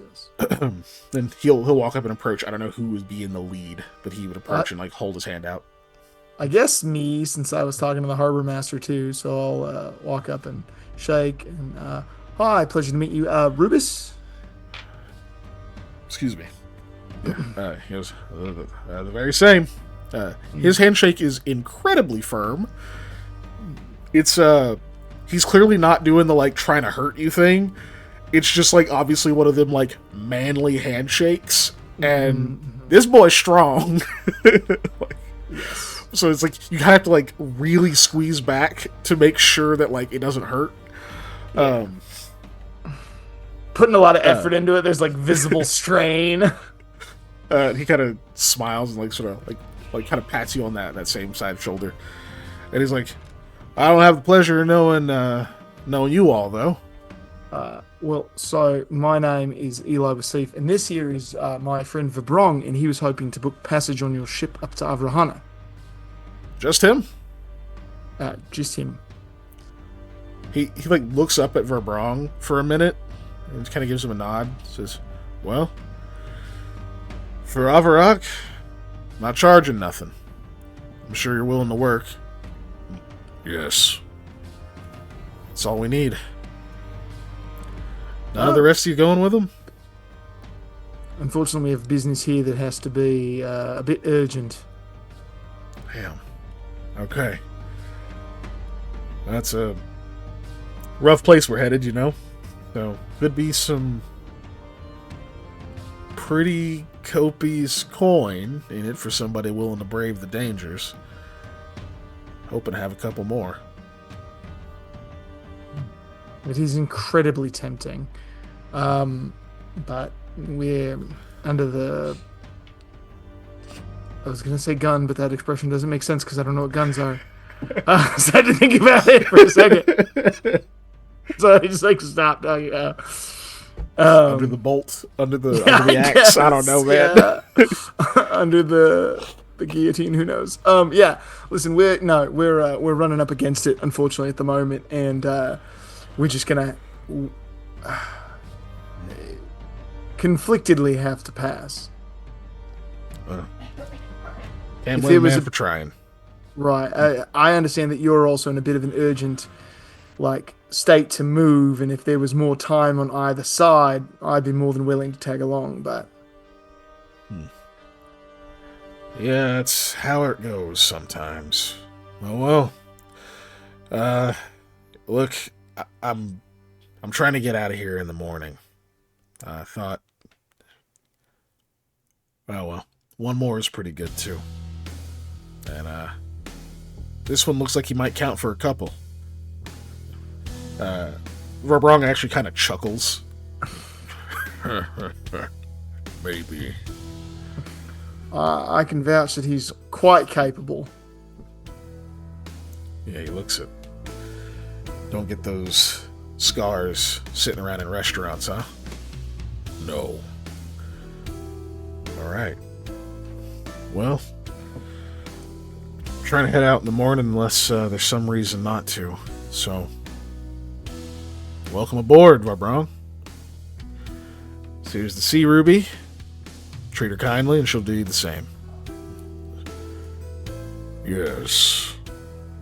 There is reason to delay, sadly. Oh? Yes, another of my kin, Maka, would be here shortly. I do not know how short. Oh. Another Avarak? Fuck. Worth waiting then, I guess. Look, I know a lot of you are trying to get out there, so I'm hoping to wait for as many as are showing up. Is she the only one you know is coming? Yes. That'll have to be it then. Can't keep delaying. Time is money. What about you all? Know any other Avarak who need to head this way? Pat Verbrong, first one I've met, only one who's tagged along, but unfortunately, he's the only one, but we made sure he got here all right. Yeah, well, look, y'all seem friendly, so I'll let you continue that. Figure you got some farewells and all that to say, so, Verbrong, just hail us when you're ready to come up. Just nods. He walks back around, hoists himself back up there. You just hear him shout, "Slack it off! I was 10 feet away!" I guess. You know damn well there's a guy who's leaning on a mop or something. Like, yeah, You got time to lean, you got time to clean, buddy boy. Hate that. Hate it. The fucking manager who used to say that shit. Yeah, samesies. That's where I got it from. I'm sorry, I'm American. We lean on shit. They had to teach us not to do it for our spies in World War II. I drew a stick figure comic of hitting him with a fucking shoryuken. I've read that I was comic. that spiteful. Man, fuck this guy. Man, that's great. Yeah. Yeah. Anyway, so you hear that happen. Wrong is just like looking at the ship. And then he looks back at all of you and says, I don't like long goodbyes. Goodbye. Sam. Okay. Lamia will basically like offer her arm in like a the good old like companion like grip. This thing. Yeah. So like the one where you trick for knives. Forearm. Yep. And you get like part of his.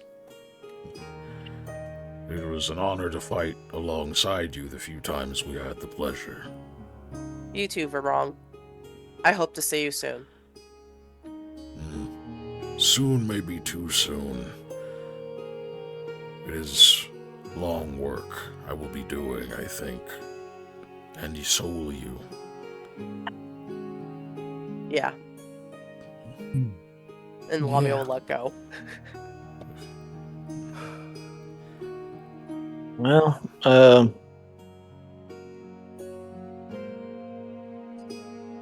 if you ever need me, you just gotta wait till moon comes up, and I think I can get.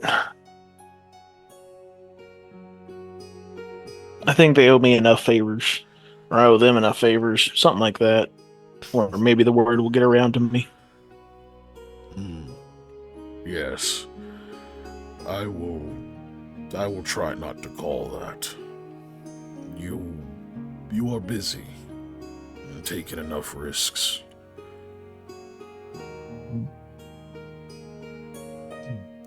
You're my friend, though, you know that. So it's not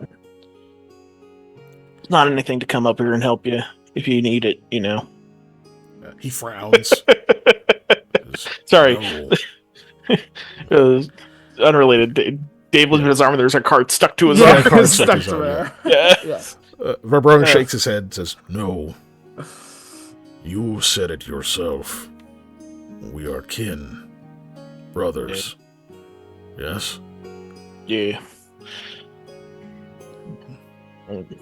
That.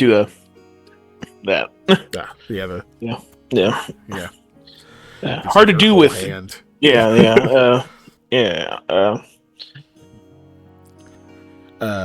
You like clasp hands.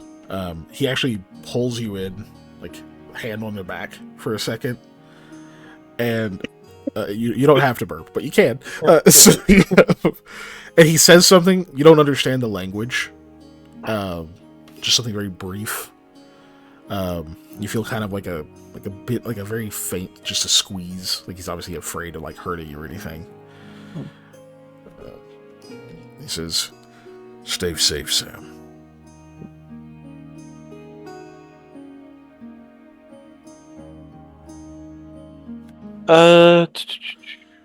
Well, this will be fun for the people that don't speak.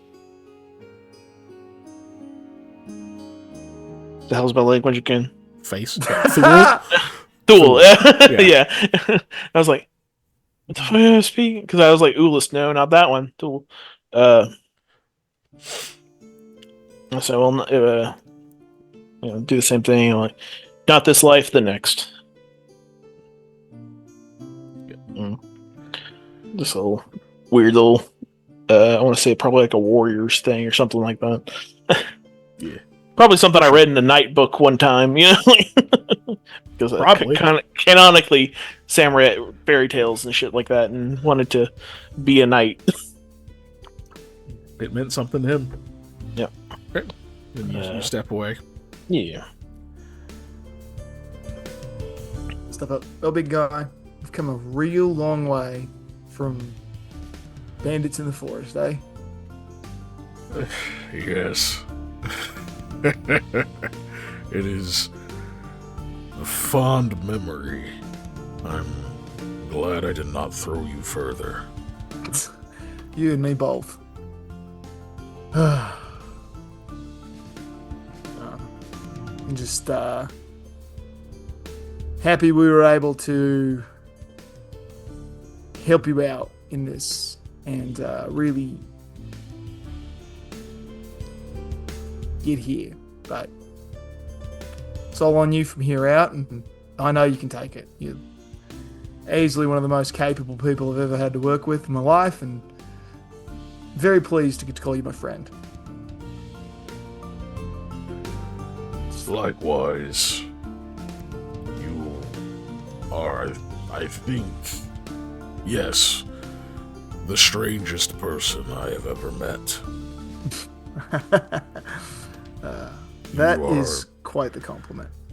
You will be easy to remember. He just pats you on the shoulder. Yeah. I kind of do the, like, because obviously his arm here, so I just pat the forearm and be like, yeah, I'll never forget you either, bud. Rahala, like, walks up, and she just says, you don't like long goodbyes, and I think that's the only kind I know how to give, so can I just give you a hug? Yes. And she just runs over and, like, clasps onto him. Barely gets her arms all the way around him. You can see he has the very much, like, I don't know what to do with my hands kind of thing. Yeah. And then he just puts his hand on her back, and she, like, squeezes a bit tighter. You actually see him kind of react like, oh, geez, okay, she got kind of a squeeze on her. I think he's got hands. And he has, like, a very small smile. He says, I think that's enough. She's like, not yet, hold on. Okay. And then he looks over, and you can see he looks at Hattie. And Sam, you see the like puzzle piece lock in place. Rahala got a hug, so Hattie knows that hugs are on the table now. So she's like ready. She's stretching she's her like arms, borderline in a sprinter stance. Oh my gosh! I got this. I've been practicing on Sam. I've been microdosing hugs on Sam so I could get the big hug. She's just been charging meter this whole time.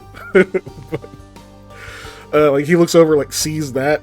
You don't think he looks worried? Just like a touch of concern. Like, okay, if she runs into me too hard, she could hurt us both. Like, oh boy. But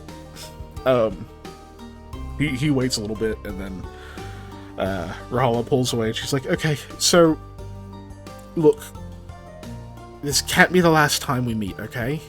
You've got to come back and tell us all what you experienced, so that I can write about it, and maybe write a play. You could be on stages. I don't want that. Of course.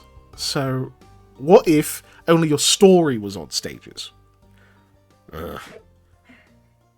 What if it's just for us? That I accept. Then she hugs him again. Says, that's more than one. She will let him go. Kind of reaches up and like just gently like touches the side of his face, and then we'll walk off. And as soon as she's clear, Hattie just bullet, just poof, just like sprints over, charges, jumps up, and like clasps like around his chest. He was ready because he saw her, but he has to like kind of catch her a little bit. And you hear her say, you're not allowed to do anything super dangerous, and you're not allowed to, like, go find a bunch of other people and go live with them forever. You have to come see us again. He's like, I will make an effort. You have to make a promise. I can't promise. Okay, but you have to try. I will make an effort. And she hugs him even tighter. She's I'm going to miss you. I'll miss you too, Hattie. Good. Remember how that feels. And she finally lets him go. And she's, of course, misty-eyed. Mm-hmm. And she, like, reaches up to, like, you know, give him, like, a hand clasp thing as well. And she kind of lets out a big... Okay, now go show all those guys you're way tougher than them. And she walks back over, stands next to you, Sam. Barbron kind of rolls his shoulders a bit and says, "Alright, then looks over and sees Yovane. He says, I feel a bit out of place, but it was nice to meet you." "Yes. I have no other words. You were my best friends, and kin of the Covenant, as some would say. So, take care of yourselves." He looks over, like, hits the boat a few times. You see another Avarok. Like, another Avarok actually walks over, like, peers over the side. "Oh, coming aboard." He just nods, reaches down, actually hoists Varbrong up, who, like, obviously, like, pulls himself up there as well, but, like, pulls him up along. Gives you all a nod. Impressive. Walk back over there. And you can hear that man Rubus from before just like, "Alright, if y'all are done kissing, we got work to do." Like, you just kind of hear that from over there. A few other calls go out, that kind of thing. And you watch Varbrong kind of disappear over, like, the lip of the hull onto the deck. And he is no longer in your party. Varbrong has left the party. Bye, Varbrong. This is D&D. You can get it back. You just have to be like, "Hey, never mind." Like, but obviously that's not the case. So, you guys are out in the rain again. What a terrible day for rain. Good reference. Oh gosh, that is a good reference. He's just leaving. He's not like he died. Yeah. Yeah. He's leaving somewhere very dangerous. You don't actually know if you'll see him again, right? Yeah. So, And you guys are going somewhere dangerous. That's what the thing is. Like, I guess every time you part with somebody in these times, you never know if you're going to see him again. But then on top of that, we as players know the likelihood of seeing him before the campaign is over is basically zero. So even if our characters see him again, we as people will not, probably. But when we eventually have a 3-shot anniversary or something, I don't know. 3-shot, yeah. Yeah, because we don't do one-shots. We don't do one-shots, yeah. God, if I don't have to, they're such a pain. Which, yeah, we've already discussed having, like, mini-series stuff, because there's other loose ends, right? So, totes. Yeah. But for now, it is a terrible day for rain. That's never stopped Setsegia before, so it is still raining. Of course it is. If you don't need me, I'm going to excuse myself and go get my coffee maker from my kitchen, which has no power. Plug it in somewhere in here so I can make coffee. Okay. Oh, bud. Yeah. We'll say Sam walks off to go not cry. Yeah. Yeah. The state of O. Yeah. Of course. It's my whole last name. Whatever. I was about to change it. Coffee. It's already on there, but Coffee. Yeah.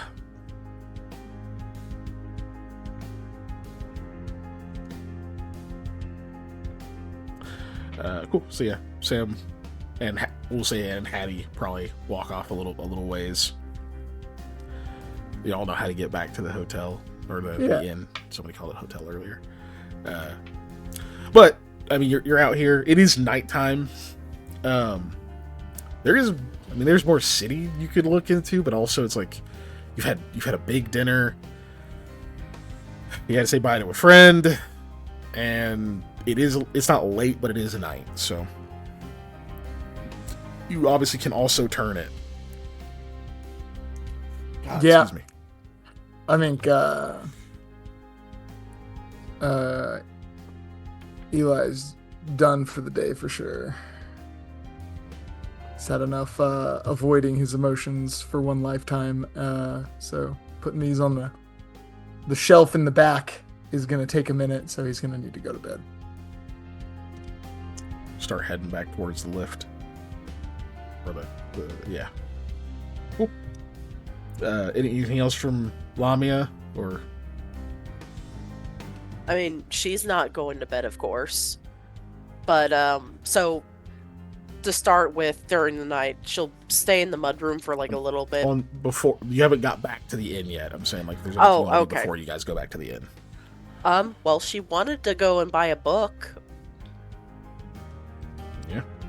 You know who would be great to help you buy a book? Rahala. Don't people just love when you volunteer them for crap? Anyway. And that shouldn't be dangerous. Shouldn't be. He would, shouldn't.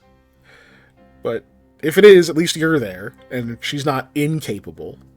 So, just don't let her get punched again. Yeah. Cool. So Eli heads back to the inn. Making there with no problem. I imagine you all go past it. And you're gonna try to find. Excuse me. You're gonna try to find a like a bookseller or something like that. Cool. In that case, this is the kind of thing that Rahala would really like to do.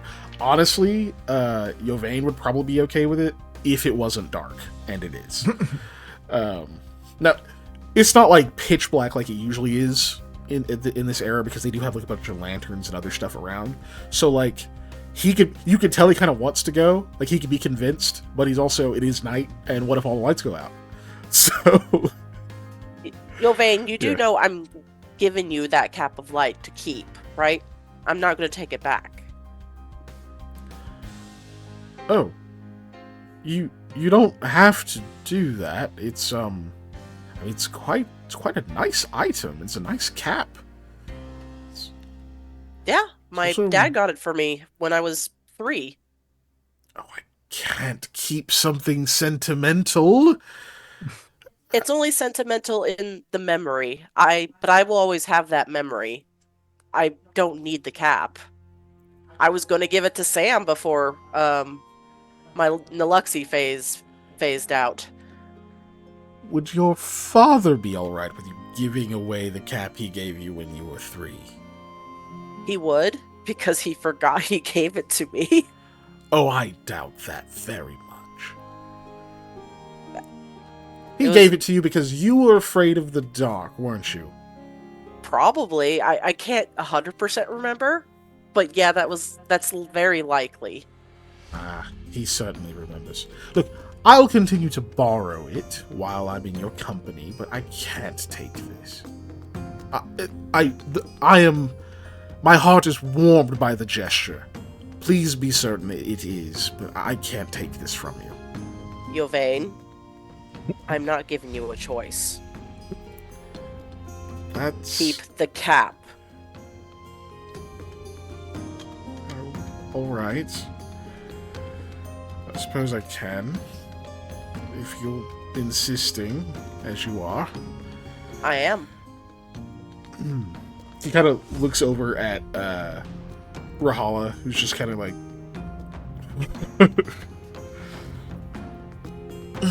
Very well. I suppose I'll tag along then. We'd love to have you come. Yes. Yes. By my own choice. I mean, it is, as far as Lobby is concerned. The cap is not his choice, but coming with us, yeah. Cool. So you guys go try to find a bookstore. Yeah. I mean, the neat thing is, there are actually shops that are still open. Which is kind of a weird thing in this era. that are, if they're not like taverns and stuff, like a proper store or whatever, usually will close around sundown. But there's other places open here. All kinds of like little stalls for food and that kind of stuff, but food right now, you're good on that. Some of it still smells good. Some of it's like sweets or whatever else, but you had a full meal. So thankfully those aren't too distracting. But trying to find a bookseller in a very large city could take a bit of time. So I will need a gather information, which are being aided, of course. So I'll allow both of them to aid you. Rahala's check is actually really good, so she can't fail to aid you. I just have to see if she crits or whatever, like gets over 20. Just gotta get her sheet open because it closed earlier. Rahala Vanar, there she is. Da-da. Oh wait, does she have? I think she has versatile performance also. Does she get that? Does her archetype get that? Sorry, give me 1 second. I have to pull up the source for it real quick. Nice. Pretty sure I pulled her over to this.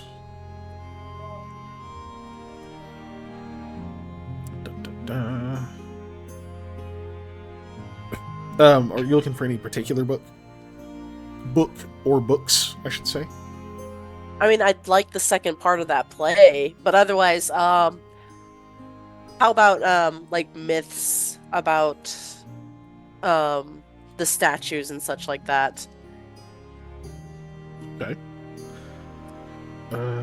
There she is. There's Rahala. She has.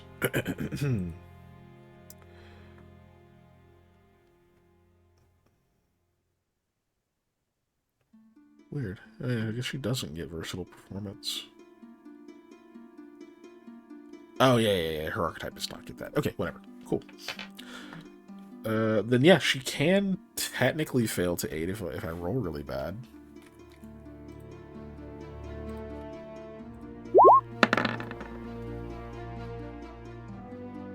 I didn't roll really bad. I rolled really good. So that's a +3 from her. And then we'll see if Yvain can assist. Good, I need all the pluses I can get. I may have 1 rank in diplomacy, but it's very sad still. I'm not crazy. That is his deck, right? Yeah, that's his check. Okay, cool. Alright, cool. Normally these don't really stack up. Yeah. But you're going to total of +4 instead of just a +3 or a +2. Okay, let's add that +4 to it. Is that with the +4? Yep. I rolled a 3. Holy shit. Wait. Oh my god. Yeah, that is. Wow. That's pretty low. Okay. Would you like to keep your 9? No, but I will, because I'm not doing luck die on this. You have a fortunate fate. You and Eli have a fortunate fate. Do I? Unfortunate fates can be redeemed yes. again. Okay. Only thing that got turned off was luck. You know what? Yes, I'll do it. It's Okay. dumb, but I'll do it. All right, re-roll your check. And then that way Sam could get 1, because I remember Ellie asked me to remind her that Sam gets the next one. That's the second time I did Fortunate Fate, and I got a 1 on it. I'm not even looking because I'm going to turn. Oh man, I'm going to turn Yachi's Yachi's blessing back on. I'm back. Wow. Well, you can take the higher, so you still get the 8 or the 9. Well, there's that good news.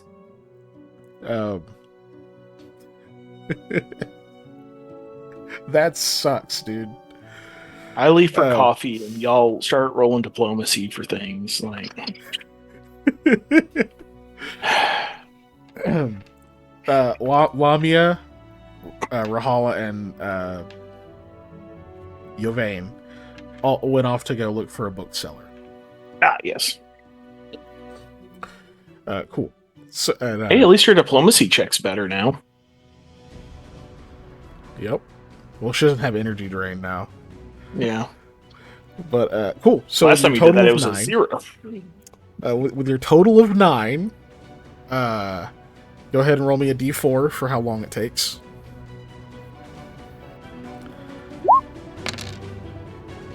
Oh, well, lucky you.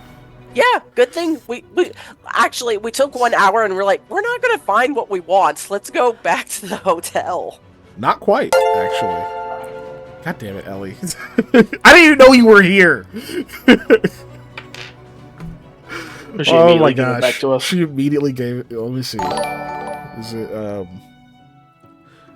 Oh, I forgot to turn the fucking 6-pack of luck off. I only turned off regular luck. Oh, that's fine. Okay, I'm turning it off now. Whoops. I'm turning it off now. It's off. And hopefully But you Ellie got me. 6 luck. Okay. That's all you get. That's all you get. There's no more. It counts. It counts. Yeah, luck is but turned off it completely. The only ones that aren't turned off is the fortunate fates. Yeah. Until they get redeemed and they're put on somebody, then they're turned off until they're used. Yeah, I've said a few times that luck is going to be turned off once they got to the capital. And they are at the capital. Okay, well, I'm gonna real quick. Lamia, you got a fortunate fate again. Oh, well, thank you, Ellie, but that was supposed to be for Sam. I was reminded you were supposed to give Sam the next one. Well, fuck you too, Ellie.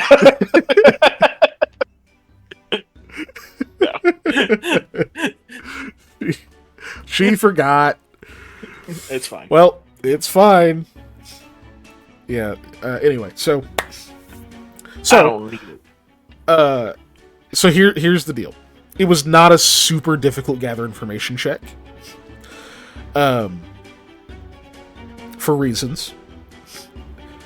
But because you rolled so badly, I was going to make it take twice as long. And if it took you more than 3 hours, you would fail anyway.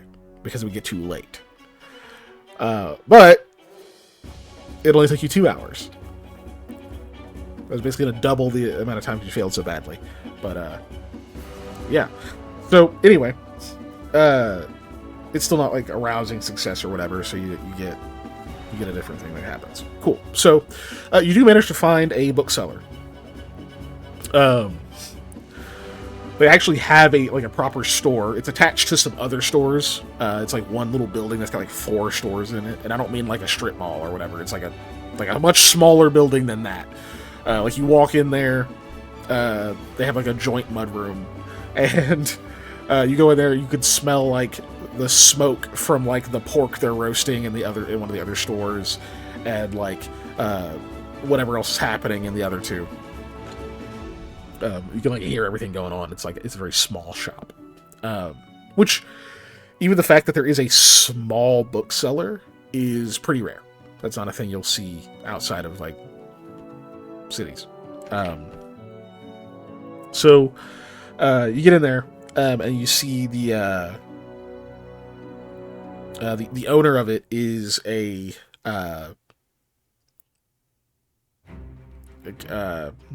maybe early 30s or so, Volu woman, who's like clearly standing on like a stool or something behind a counter.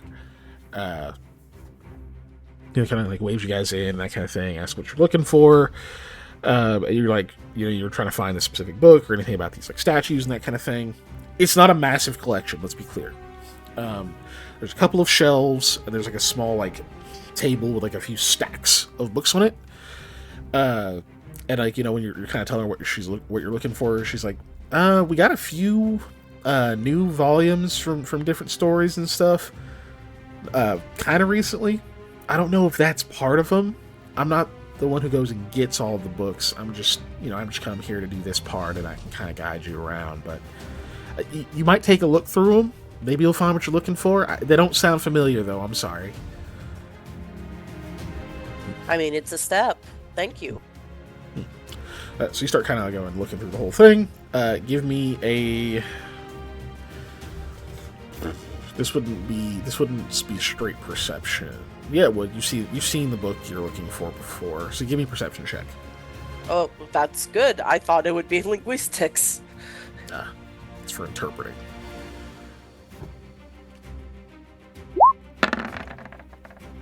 I'll keep that. Sheesh. Okay, you look through these pretty quick. You have help from the other two. You're thumbing through a few things. There's like some in like languages you don't know and stuff. So you have like Rahala take a look, and you can take a look at some.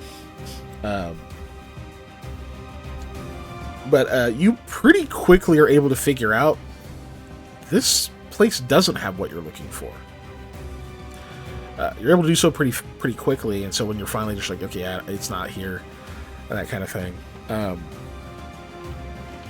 The bookstore lady is like, oh, there's a peddler guy who goes around sometimes. I think he's in the city right now. Older gentleman. I think he might be half Kasir, but he's not always in the same place. You have to go looking around for him, but he's usually in this part of the city. Especially at night, you know, a lot of moonlight and stuff over here, so it's easier to see for everybody else to go find him, you know. Well, that's a step. Rahala, Yovane, was there anything you wanted specifically? Rahala is like pushing away a very small stack of books. She's, oh, no, don't trouble yourself. Let's go see if we can find this peddler. Grab at least one book, Rahala. Let's pay for it. She immediately grabs a book. Okay. Like the one that was right on top. Yeah. Yovane, was there any book you wanted? No, I'm afraid. It's, I mean, some of them are interesting, but not what I'm looking for, you know? Okay. How much is this book? Oh, that one. Oh, goodness. We've had this one for a while. Looking at the book, it is, there appears to be like a depiction of a merfolk on one side, and then like a lady on the other side, kind of like they're like forming like a circle. Like the Pisces symbol or something, or no, not like flipped, like almost like they're like yeah, and you don't read whatever the language the title is in, but it definitely gives off romance book vibes. And she's like, oh, we've had this one for a while. It's a good one. Rahala kind of like claps her hands. She's, I'll part with it for, oh, you seem like a fan of the series. Okay, look, this is in quite good condition, as you can see. Normally, it's gonna be a couple of gold. That would be if it was in okay condition. This one's really good. You can look at it. I mean, you can turn the pages. It's really nice. I'm still willing to give it to you for the 2, but I can't go any lower than that. Okay. Lamia will pay for it with the 2 gold. With 2 gold she has in her thing. And she'll give a tip of silver. So 2 gold and a silver to her. So you like add the silver, and she's just, oh, no. Just the 2 gold is fine. Lamia will begrudgingly take the silver back. Like, okay, what direction would you think he'd be around, that peddler? Oh goodness, it's hard to say. I think if you follow the moonlight, maybe that will work. Even the way she says it, you feel like she's heard that somewhere, the way that she says it. But it is getting awful late, so it may not be the worst idea to try it maybe tomorrow, but you can give it a shot. Yeah, don't worry. We won't be out too long. If it gets to a certain point, we'll go back home.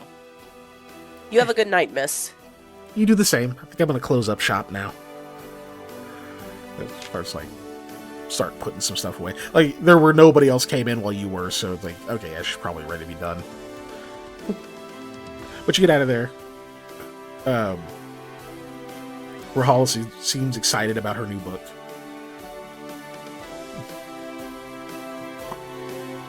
Oh, I'm still Molly's here. dying. I'm just, Dying. yeah, dying. She seems very excited about her new book. She like gives you a quick hug, and tells you that it's apparently a part of a series that is about mostly about Wavekin, who were like ostracized by a tribe of merfolk, and it's like them coming back many years later to like confront the like the ousters of their clan and whatnot, and finding that like everything is different. They start making all these bonds, and there's like apparently this is also a whole series that she wasn't sure if they made more books. Like this is the second book, and she wasn't even sure if they like got to a second one, because sometimes authors just die and you just don't finish a series. But like, so she's like super happy. She's like, oh my god, they continued it. So she's like super hype, and offers to read it to you since. What languages do you speak? I always forget. The Vedic and Hulu. And that's it. Oh yeah, just those two. Cool.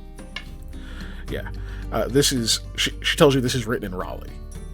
So, but she offers to also read it to you if nobody else is around.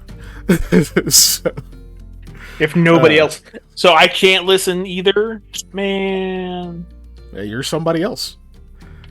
You'd have to ask.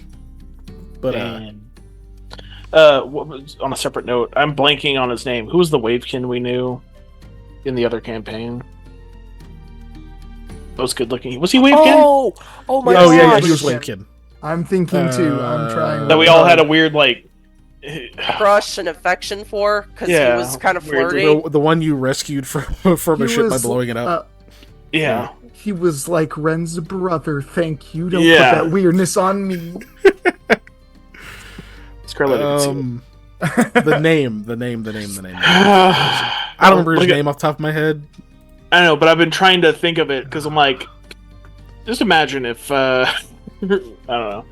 He's like, yeah, actually, I was the inspiration for the main character of this novel. No, or something like that. You would. Because I know Mel, I know, wow, I'm blanking Calhelia and all them. Why am I blanking on his name? Super weird digression. Not important here. to this, but Yep. Yeah, sorry. Linear. Yeah, There you linear. go. Yeah. I cheated. Yeah, I was no, looking at my notes. thank you. I don't even care as long as somebody got the answer. Yeah, yeah, he's a linear. Tertian Wavekin, so he's like bronze skinned, gold hair, gold scales. Like, yeah, he had it going on. But Yeah, still alive. He survived the campaign. Yeah, he did. Unlike everybody else. No. well, a lot of people survived that campaign. Yeah. Just not the characters. I mean, to be fair Most to of the the characters, PCs did they not. were fighting against a god. god. I'm a head in a jar. Spoilers. Yeah, that hasn't Anyways. happened yet. Technically. Now they know people died. Anyway, They don't know who it is. but cool. So yeah. Goddamn. Now it just caught up to me what Panda was saying. That would be funny. If he was Yeah. the inspiration for the character. Yeah. Oh man. He would let everybody know that. Yes. Yeah, Linear definitely. He would carry was copies not- of it around. He was very not humble. But, so you guys come out. She's like super excited.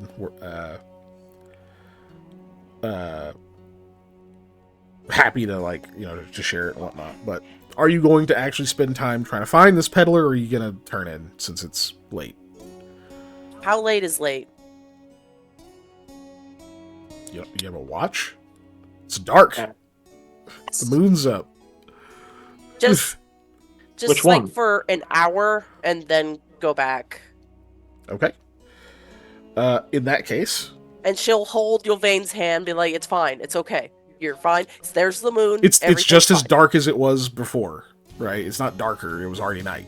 So, but I mean, you can hold his hand if you want. He's And if it'll make him feel better, she will. Okay. He is not sure what to feel. You start randomly holding his hand, but keep walking. God, does she like me? Is this the sign? But cool. So you guys continue through the city. You're gonna look around for another hour. Okay. Okay, so you're gonna get some aid still. So let's roll for Rahala. Aid. That's another +3. And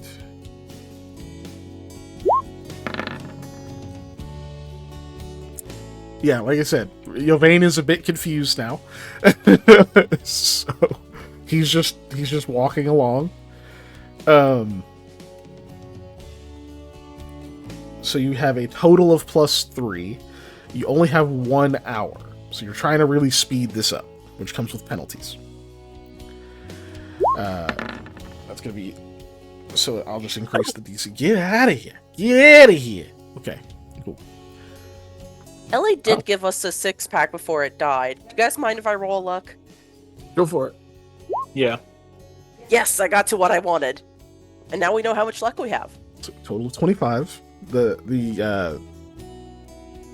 was going to give you a -5 penalty, but I just upped the DC by 5 instead. So either way, 25, very good.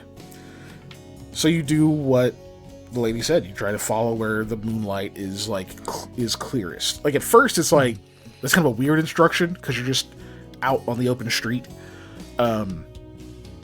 Sky is open, like it's raining and stuff, but like you're in moonlight. Like, what does that even mean? Do you just like walk where you can see? Oh wait, no, hold on. You look into some of these alleys that have like awnings and things over them, and like these like big sloping roofs that come off the buildings. It does create a lot of shadows, but the moonlight peeks in on certain places. And when you start to kind of notice that, it does seem to almost form a bit of a path. You do have to go into like actual alleys though. So at that point, Yelvain is a bit more skeptical of let's walk into a moonlit alley in the middle of the night in a city that we're not from. So you like holding on to him is helping at that point, at least in keeping him continuing with you. He might not want to otherwise. Whereas at that point, like Rahala's used to being with you guys and knowing how strong you are. She's like, no, it's fine. Let's keep walking. Acting all nervous is only going to draw more attention. I can't stop being nervous. You don't have to look it. Relax your shoulders. Like coaching him through, like pushing a horse into a cave. How did that go? Anyway, so you Not guys... great, thanks. You start following this like moonlit path. There's a few spots where it's like somewhat broken, but it is cohesive enough that it really seems like you're following a trail. Now you do end up kind of in the middle of a lot of buildings. Just like weaving through certain ones where you don't see the road anymore. You don't see the docks anymore. You can occasionally kind of see out into the sky. And you do start to you hear like some noise and some other things. Like you know, here and there through different parts of the alley that you're not going down. So as you're moving through this space, Lamia, what is your demeanor? Are you trying to are you just like, fuck it, I'm just walking, I'm doing my thing, I'm going where I'm going? Are you trying to be like, okay, but you see I got a weapon, right? Like, anybody look over here, you gonna get this. Like, are you trying to be like kind of projecting more of an intimidating kind of thing, or are you just mostly keeping an eye out? She's mostly keeping an eye out and being like, it's okay, Yelvain, I've got your hand, everything's fine. I'm right in front of you, and, you know. Cool, give me a perception check then. Okie dokie. Doot, doot, doot, doot, doot.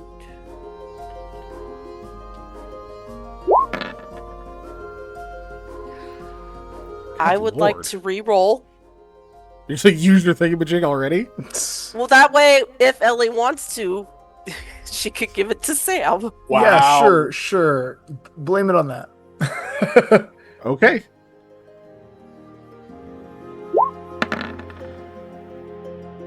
That's much Okay. higher. That's Yeah. much higher. Hold on. I'll keep that. The other thing back on.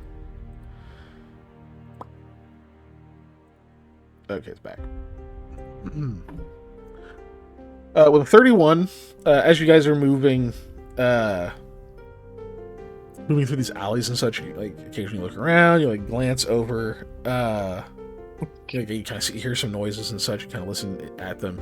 It definitely sounds like you're pretty sure you hear like a couple fighting about, I don't know, somebody being a deadbeat, whatever else. It's not your business. They're not coming towards you.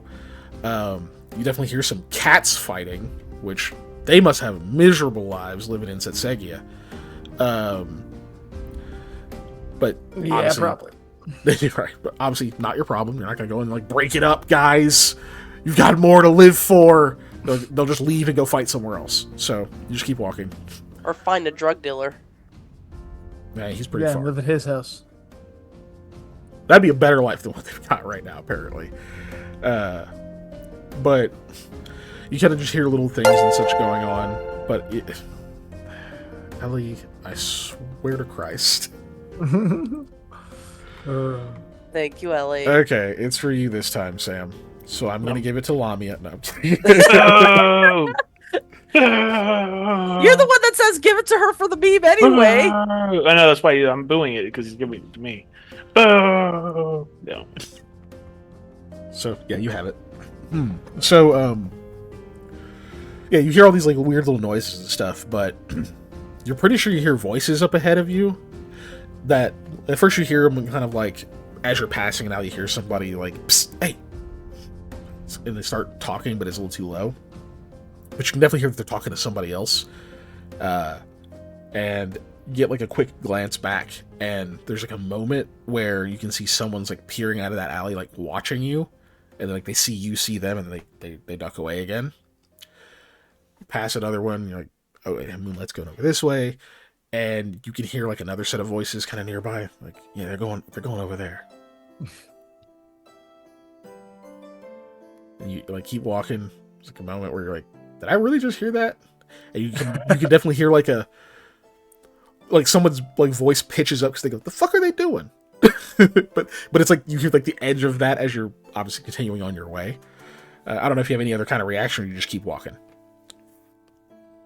Boy, I can't wait till we find the bookseller to read some good books. Yeah. Well, I guess they know what you're doing. Yeah. But,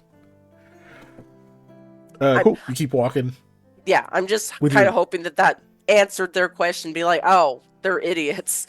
Oh, are kind you of trying to like impress on them that you heard them, or Yeah. you just? Oh, okay. All right, that's an intimidate. I think that's how you're trying to use this. I mean, that's fair. I'm not trained, but I do have strength. That Oh, would no, be never helpful mind. if you were It's still trained or charisma. had a You're feat, right. or yeah.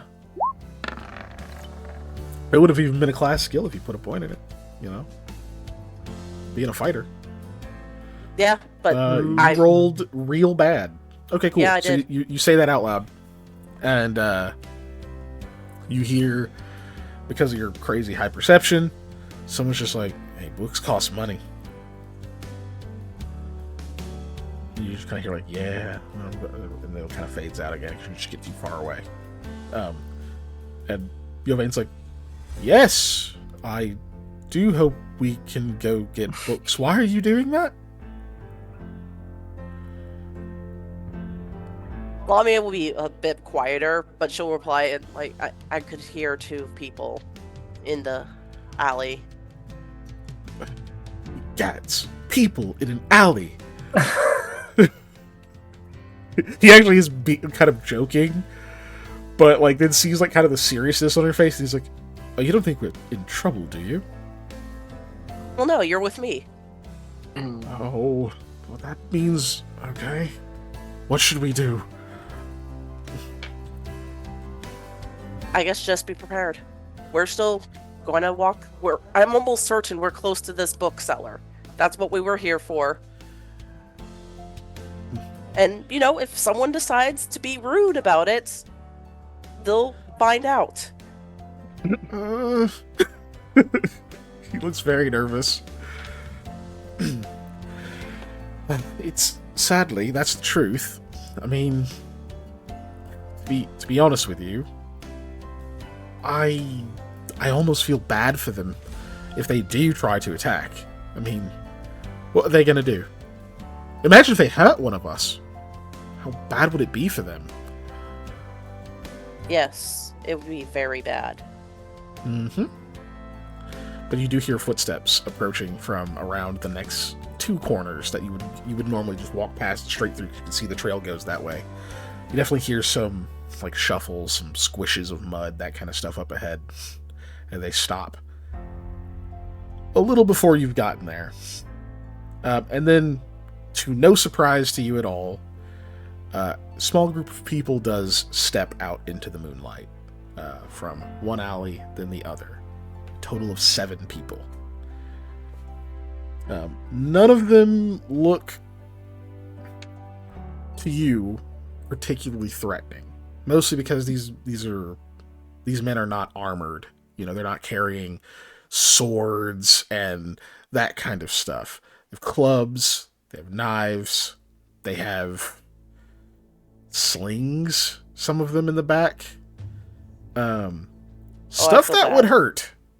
Especially if it hit one of your two unarmored companions. If y'all, and by this I mean the viewers, have never seen a video of someone hitting something with a sling, oof, you think it's like cheese balls and all nonsense. No, dude, they are going hard. And they are accurate. There's one guy who was doing lethal it in weapons for a reason. In like an inside area with like a pitching machine clock and just a small sling. He was hitting the same spot on the wall and hitting like 140 miles an hour or something stupid with like easy arm motion. Mm-hmm. Like it's effectively the same skill as learning to throw something. Mm-hmm. The whole point of the sling was just like, how do I throw something further? It's a crazy force multiplier on your arm, basically. That's what it really is for. It's like a force multiplier. It's nuts. Yeah. They're nasty.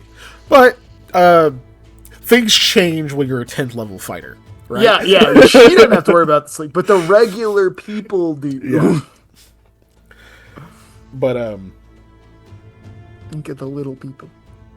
So you see them kind of walk out, and they look fairly dirty, bit ragged and such, but they are all clearly looking.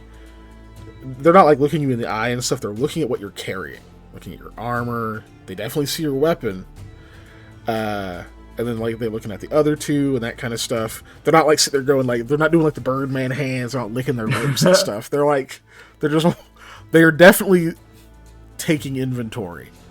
But you were gonna say something. Go ahead. Lamia will let go of Yvain's hand and, just say straight out, "Can I help you?" Yeah, maybe you can, says the one in the front. It says, "Looks like y'all are on some kind of date night or something. Maybe you got something left over from dinner or anything like that. We're just looking for alms for the poor, Sorry there's so many of us. City doesn't take care of us."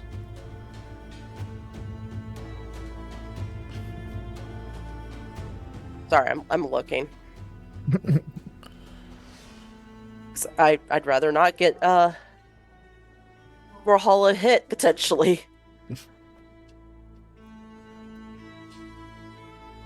I don't have that with me right now. So you said there's 7 of them? Yep. Okay. 1 gold each, and then you guys just disperse. Oh, wow. You can give all of us a gold coin? Just you 7. That's pretty generous. If anyone comes after, they may regret it. Oh yeah, no, we don't want any trouble, but you can afford to give us all a gold coin. That's pretty charitable. Somebody else says, I don't know. It looks like she could probably do a lot better, if she was really feeling like she was in the given mood. I mean, I don't think that their halberd cost only a gold piece. That armor, look how fancy that is. Kill him. And you can a small image of bad Sam pops up on your shoulders like, kill him. Yeah. Kill two of them. Kill two of them and then offer them 5 gold. You can tell he ain't gonna pay. He's not gonna play a good aligned character next campaign. But you can hear somebody in the back just like, man, gold's pretty nice. And somebody goes, shut the fuck up. You just kind of hear that in the back of the group. How interesting that you can perceive that I'm supposedly so much richer than you. This came from traveling to different places and working very hard to get. This halberd is made from star metal. Do you know how difficult it was to grab this? Nah. I'm not denying you work hard, miss. I'm just hoping... I'm thinking maybe you could share a little bit more of the wealth, is all. Given, you've done so well for yourself. I do not actually have that much on me. I really don't. That's why I'm offering the kindness of 7 gold. You hear Rahala like kind of whisper. She's like, I don't think they're listening to reason. Oh. But if you don't want a gold piece, I'd be glad to trip and punch you all. No. So Good Sam pops up. Good Sam pops up on her shoulders like, no. Offer him iron. Offer him star metal. Yeah. Offer him That's still good, evil Sam. Good Sam. Yeah, you can't trick us. No. He's trying to help her come up with a better phrase. Whereas evil Sam's like, just kill him. So you told me you're going to trip and punch them. Go ahead. Actually, you know what? If any of you can knock me out, you may take all my stuff. But only if you go at me. If you go after any of these two, violence will be had on you. No. Okay. Give me another intimidate. God, I wish I'd roll better, but... How many blood points do you need? There's like 7 of them. I'm just saying. Evil Sam over here doing math on your shoulder. He pulled out an abacus. What's the rule? If I want people to use my fortune and fate, they can? Yeah, you make them. They can't say no. Yeah, I can't say no. Okay, yes. So evil Sam's like, no, here, and he holds up the die. He's like, eat it. Okay. Oh my God. All right, reroll. Use Sam's fortune. Eat the die. That's better. That's better. You want to keep your 10? I guess roll a luck. Luck. Yes, go for it, please. Both of them. Yeah. It's an 11. Okay.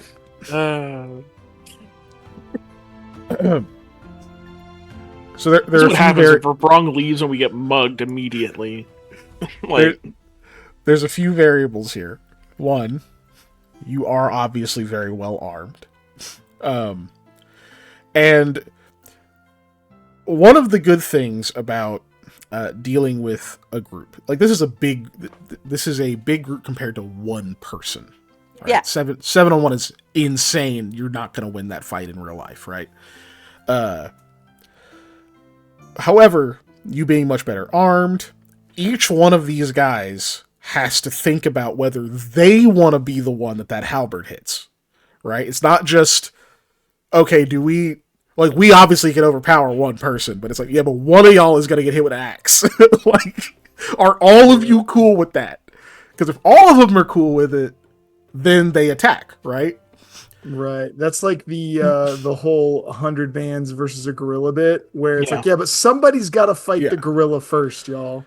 Yeah, it's like, the 100 dudes beat a gorilla, Like, they just do. And They do, yeah. It's not close. Yeah, but if there's like 'cause the morale as a factor, like those first 2 or 3 dudes that get torn into 9 pieces, it's like, Yeah, they do change the rest, that math. do the rest of them? Yeah. Like, Yeah. Sorry. but anyway, so A small little tangent on that of the no.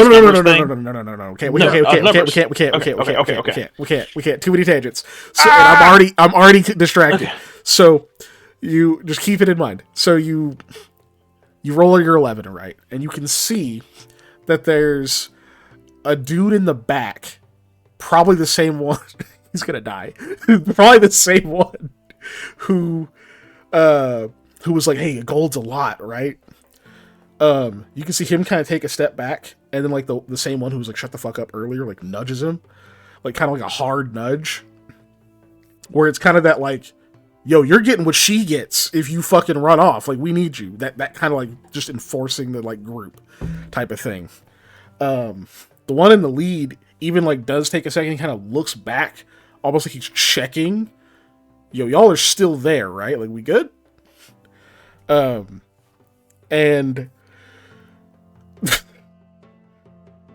you can definitely tell it had a bit of an effect, but they don't back off. And the guy in the lead's like, okay, if we're talking that way, like, you're already talking about violence, lady. Yeah, that's if you go after my friends here. So we're supposed to knock you out non-violently? Oh no, you can try and knock me out with your clubs and your slings. And I will try and knock you guys out. You gonna punch us with your halberd there? Yeah. I don't know if that's how that works. But okay. Actually, yeah. Out of game. Can I non-lethally attack them with the halberd? You can. Yes. It's a -4. Yeah. I mean, that's fine.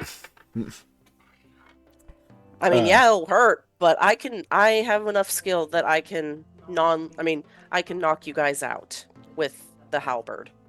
Lamia, I don't like this. There are 7 of them. You're gonna take it easy? No, I'm gonna knock them out.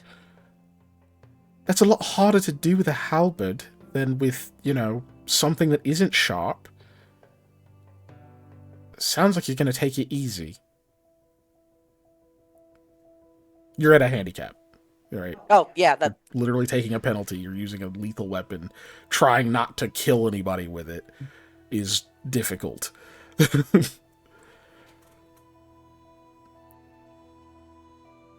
I'm going easy so they don't hit you, Rahala.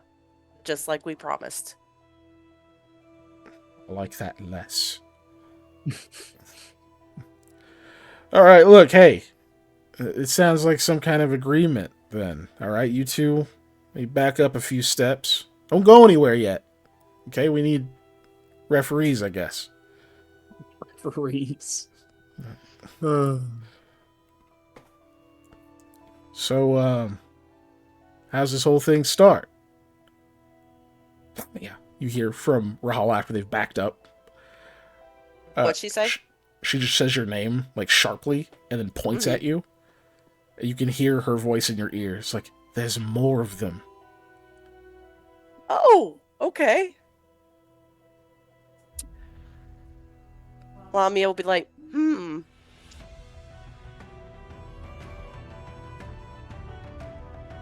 You do know that it's just you 7 coming against me, right? Anyone else joins in, there will be violence put upon them too.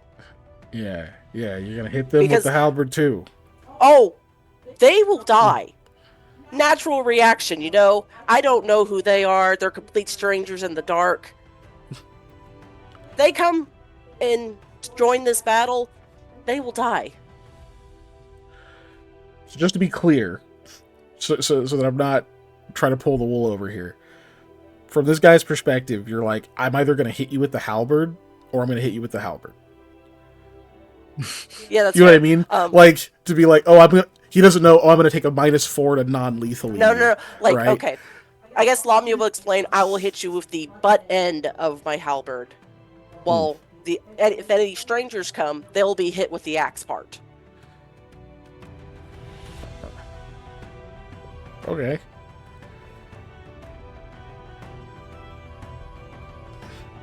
How much does he even buy into that? All right, you give me one more intimidate.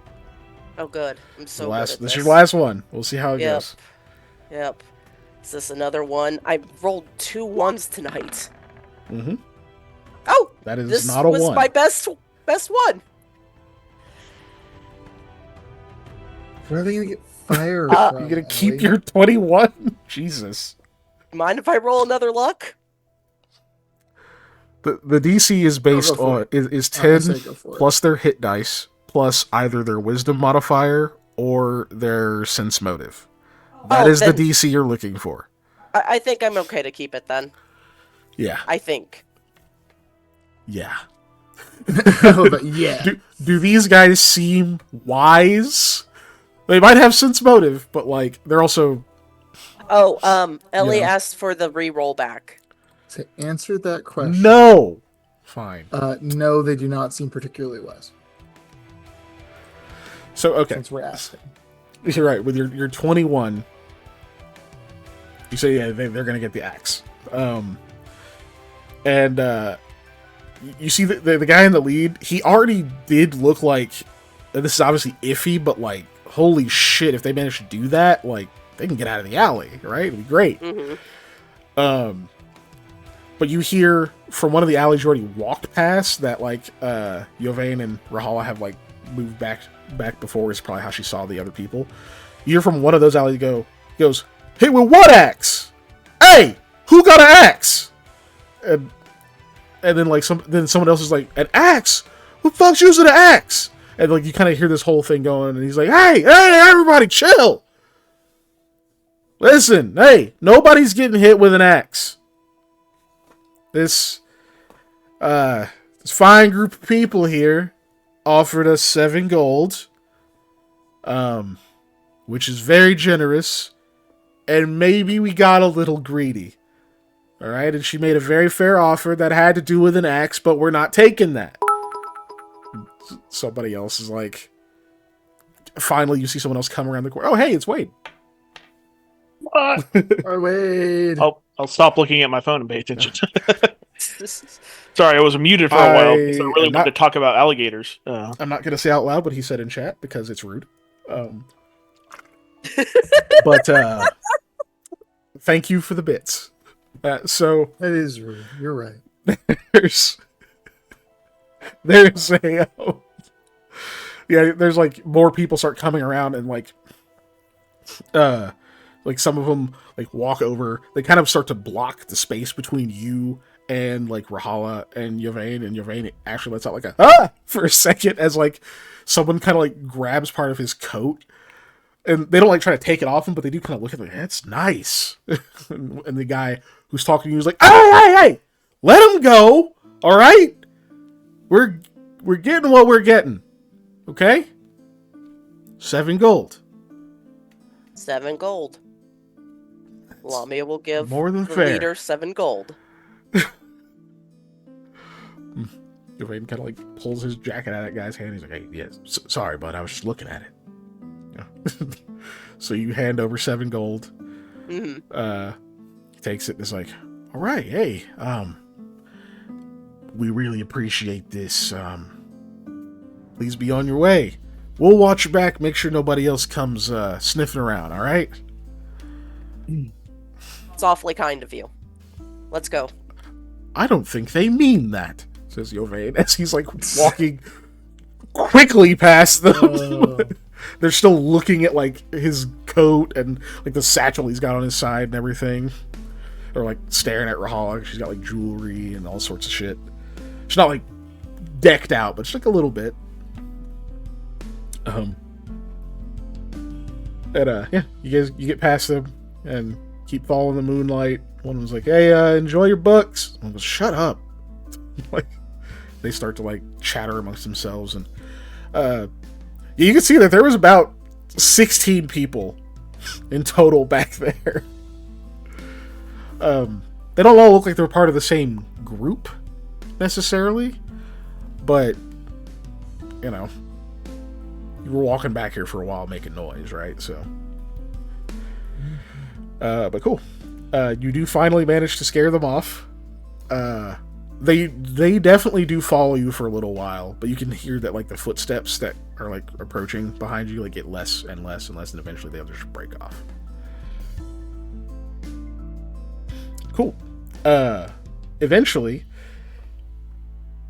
well, first, once you finally get past them, Yvain will say, "All right, that was spirited.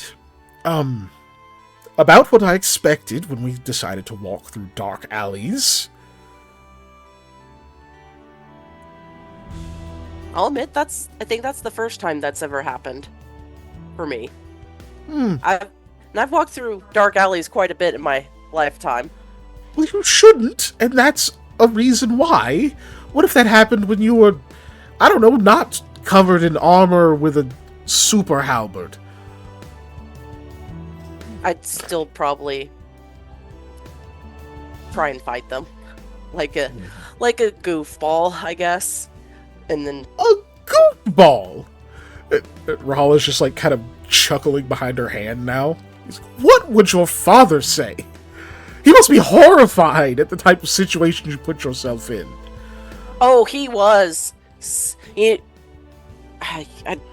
lot of them healed over, but I had a lot more scars before, and got them through really dumb things. But it made sense to me at the time when I got them.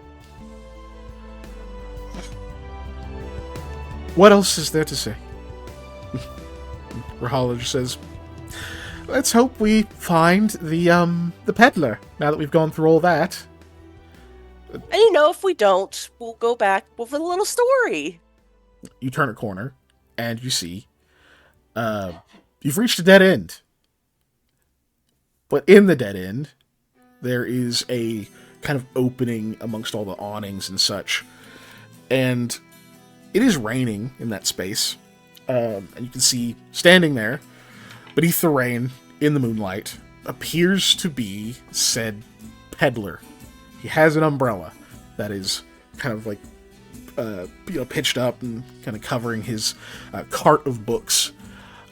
Small, well-carved, well-oiled little wooden cart.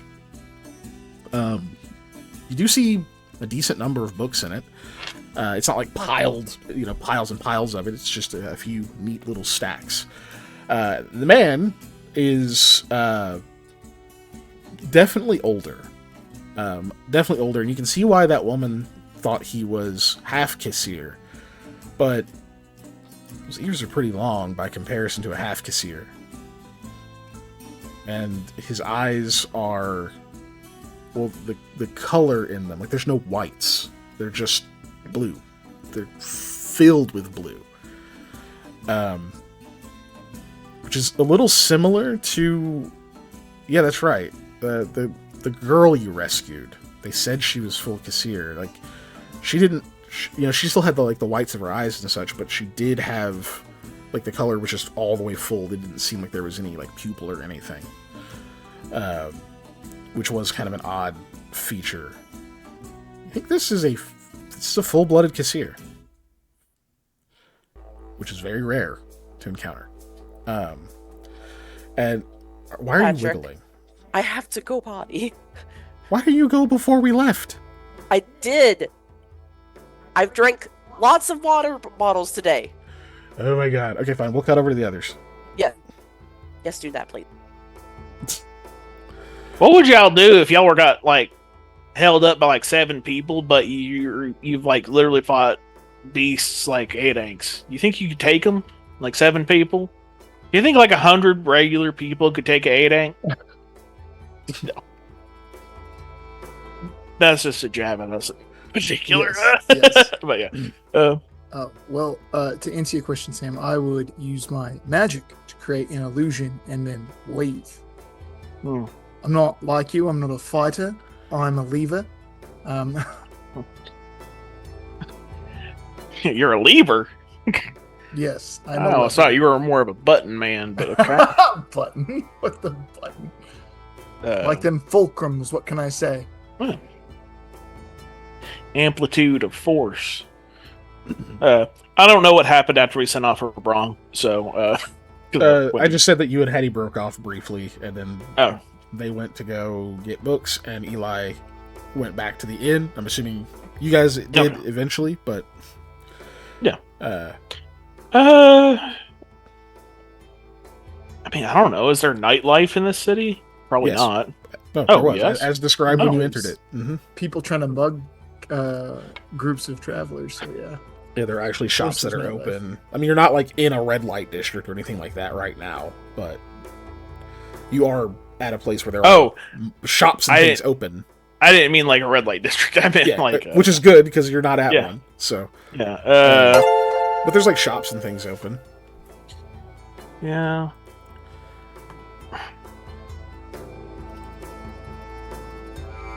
Can't really do anything with that because I don't have any money because I gave it all to Hattie. I do want to sell all that junk that we have, but it's all in my bag because I left it there because we're going. Wait, how did you bring that here? How is that here? Why is I'm okay. Oh. Yeah. Yep. Does everyone in this call know where that's from? I don't want to know. So that's a no. Okay, good. There is some hope. I only know because of the Cinema Snob episode. You didn't have to out yourself, by the way. I just wanted to know if at least one of us didn't, and it sounds like Dave didn't, and so there is hope. No. There is a light. Bro, for I'm all me. of us. Okay, Panda, I wasn't even looking at you because I already know. If I fucking know, you fucking know. Oh, man. Somehow Ellie doesn't, which is that's something bizarre. Yeah. Also, I want to say it looks vaguely like it's somebody. If you remove the ears, no.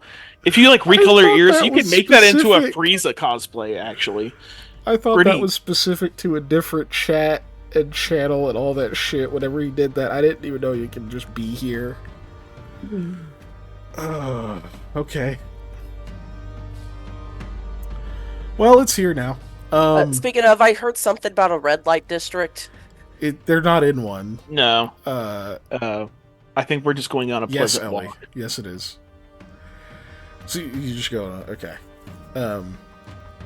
Well, I do have something for Sam, but let me finish the other scene first, just so that I can tie that off. I don't know how you ambigify emotes. He's never told me, but he just does it. So right. So it's like Kassir Man. You turn the corner and he says, "I believe you have found the peddler." Oh, wonderful. Whoa, wait, hold on. Is this the same guy from the other campaign that we also bought books from in How many full Kassir have you met that sell books? That sell books? What? That's why I asked. Yes, in all of these campaigns, it is the same guy. Okay, yes. Cool. Thanks. That was all I needed. I'll go back to No. Why? Why would you do such a thing? Ignoring things. I can't. I don't think it worked. I don't know if it worked. I didn't see it. Okay. Anyway, so you yeah. You yes, it is the same guy. So you have you found the peddler. I'm gonna stop looking at chat. Yeah. You probably you should. found the peddler.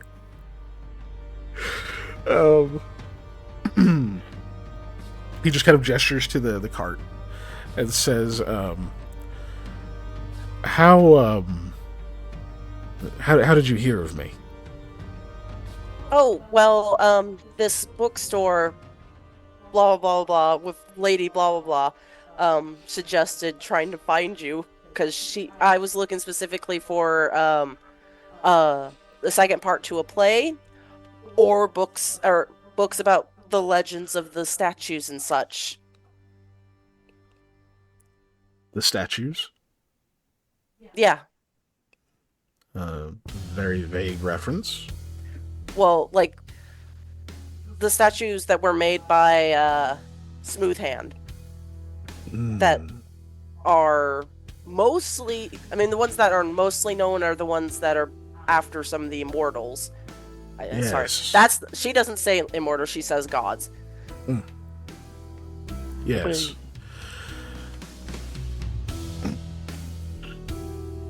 The visages of the nascents he used to carve. A very niche subject. I may have something about it, yes. Though some knowledge, as much as it is good to share it, must only be in the hands of those that can make good use of it. You understand? Yeah, that makes sense to me. Well, may I ask why you're studying such a subject? I will be blunt with you, because I don't even know if I'll ever see you again. Someone still, I mean... Good. Lamia has to think about that part for a second, because I don't know if Smooth Hand being alive is a secret or not that she could share, because I don't remember.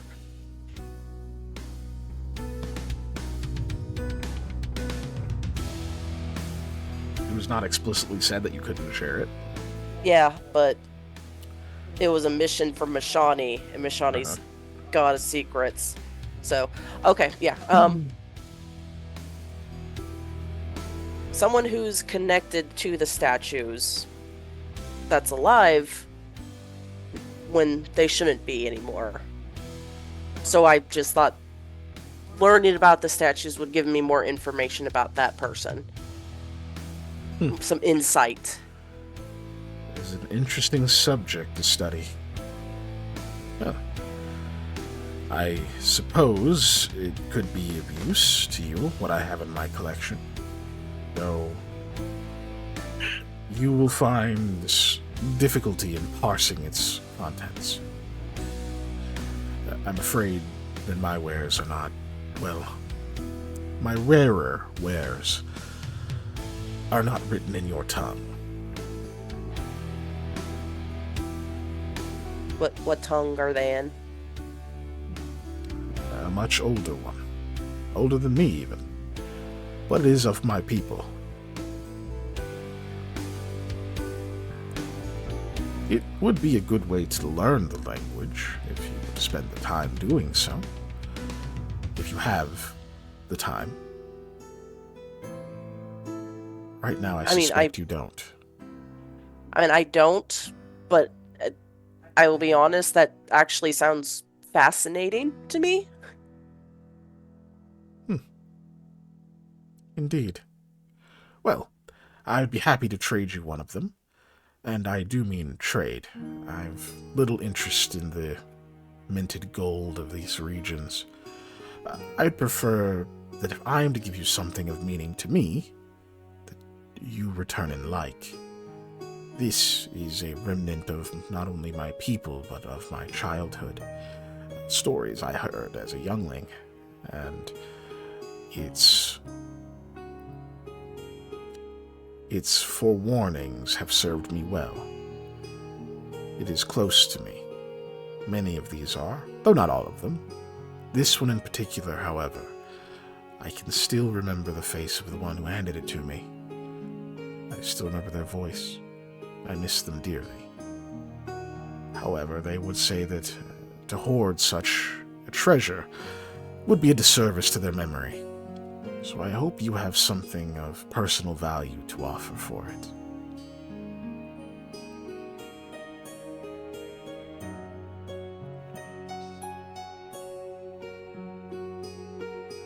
My bag is back at the hotel, so,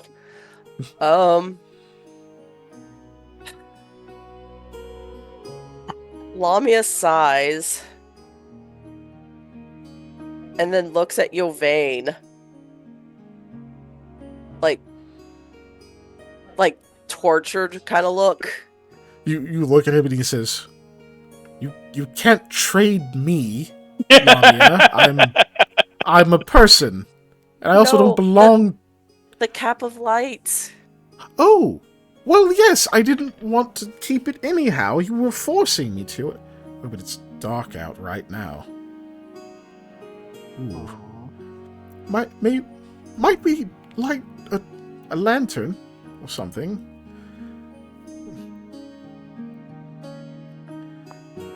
None of you have a lantern. No, Rahala because says- that's also with my bags. Rahala's like, I can provide light. Don't worry. Give me something, I'll do it now. Oh, bless you. Like, reaches in, like, just hands her a coin. Casts light on it. This. Yes, this. I'll just hold it in my hands. Holds it in, like, both hands. Alright. Like, And off with the cap, then.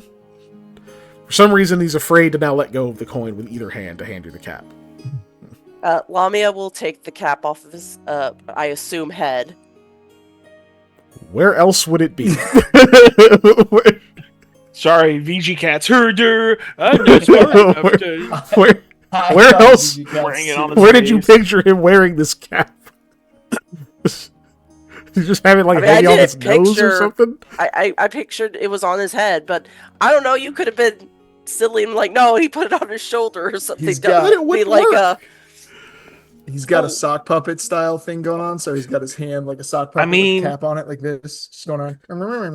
or make it Maybe. like a one of Well, like those military. Silent Hill lights. No. Yeah. Well, military style, like, they have the little things on their shoulders where they stick their hats or, like, berets, so I guess you could do it like that. Anyway, yes, Assuming he has she the takes proper it off dress for it. Yeah. of his head, and she looks over at the peddler. This is the only sentimental thing I have with me. I know he was carrying it, but this has memories of when my father gave it to me.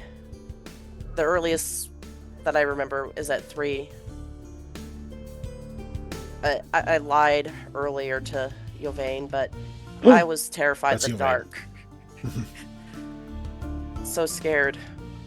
All the wolves and noises, the wind hitting the house. And then my dad gave me this cap of light. It right here, you could see that his initials he carved right there for me to kind of remind me that he'd be there to give me light. Well, I suppose he's been with you all this time, then, in some sense. In some sense. Hard for a father to ask for a greater gift than to be with their child wherever they go, even if only in spirit. Well, know that it will be cherished. I will see to it that it wards off the dark for another child cowering in fear of what is hopefully not truly there. He holds out his hand. Oh. Yeah, Lamia will hand it to him. You know, say the words that activate it, blah, blah. Yeah. He goes and, like, kind of tucks it into, like, a bottom part of the cart, and then he takes one of the books, like, kind of off the top area closest to where he was standing. It's not very big, but you can see that it does have, like, kind of a thickness to it. Like, there's obviously several pages, but it's meant to be fairly compact, easy to put into, like, a backpack or something. That being said, it's pretty hefty. Even the idea of trying to decipher this, when it's in a language you don't know, he's saying it's from his people, so you suspect, obviously he's talking about the Kasiri language itself. Mm-hmm. There's not even a lot of reference you can find to that. It's a pretty secretive thing. Though, I don't know. You do know... Dave has that weird thing going on with language. Yeah. So maybe he can help. And then Ishla is herself a full Kasir. You don't know if she knows the language, but if she does, that's a tutor, right? So as he's handing this over, and you can see that the whole cover of it is, you're not even sure what the material is. It's like sturdy. It's kind of tough. There's obviously some kind of finish over it that keeps it from being like so, easily ruined by the oils in your fingers or just a little bit of water or whatever. But what really sticks out, the cover itself is also a very dark gray. Almost looks like stone in a sense. But etched onto it in like gold etching appears to be the silhouette of a person who's obviously reaching out, connected to a silhouette of what you imagine is a statue. The statue appears to have like a staff of some kind in one hand, and it looks like they have hair that's like kind of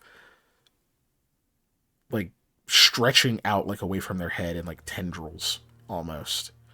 It's like if you imagine like a corona of light around someone's head, like their hair is kind of doing that same effect, but it's in like thick sort of tendrils. You don't know if that's because of just like the limitations of like etching that way, that you can't do like gradients and that kind of thing, or if there's like more to that image. And you can see that the writing like above it is there's like writing that goes over in an arc, and this is beautiful like flowing script that you obviously don't recognize, but it's pretty to look at. And then some kind of another set of it kind of beneath the image, much smaller, a little bit bolder. That is what you note of it. And he hands that over to you. It actually just feels nice to hold, almost. It just has like a nice tactile sense to it. He hands that over and says, it does have some minor protections applied to it. Should keep it from just any here and there damage from the moisture in this land.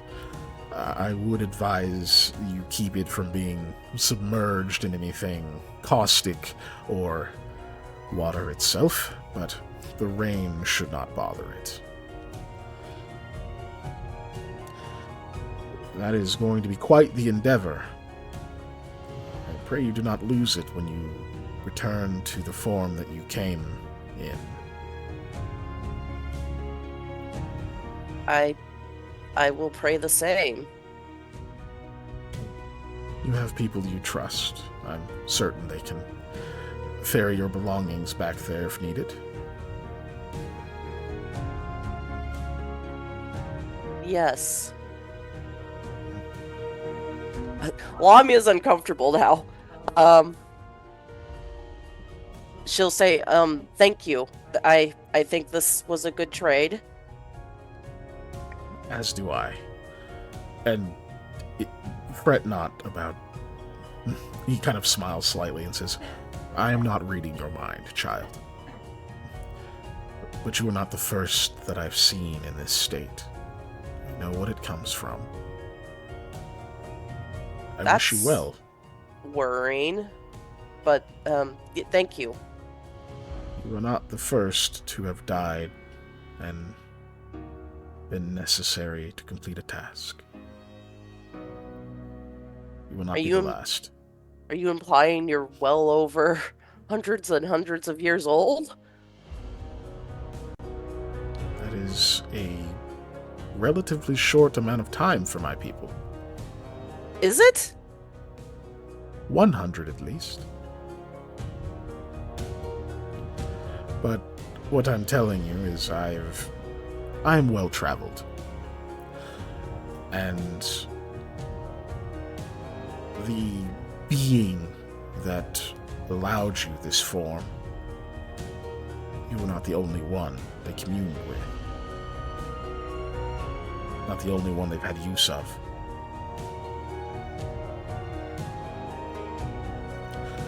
I do fear a bit for the task they would have assigned you, but it is not my business. not my place to ask or know. Okay. Well, thank you. Well met. No, she's somewhere else. And safe travels. To you as well. Would either of you like anything? Thank you. Yovain just kind of shakes his head. He's just like looking wide-eyed at the book that you're holding. I was just, unless you have something with recipes. I do, but I fear you've read it already. Oh, what? How would you know that? It's a very common Vedic cookbook. Oh. Yes. There are the scent of spices on your jacket, the edges of it, in your cloak. It tells me that you've been many a kitchen yourself. This would be too simple for you. Ah! Yes, well noted. He just steps back, kind of looks at Rahala, and she's just... is there a third book to this series? Or has it not been written yet? Oh, yes. I love that series. I do have the third here, in fact. She's... Oh, good! Wow, I didn't even know there was a second until today. He goes, oh, yes, there's 5. What? Yes, 5 in total. I only have the third today.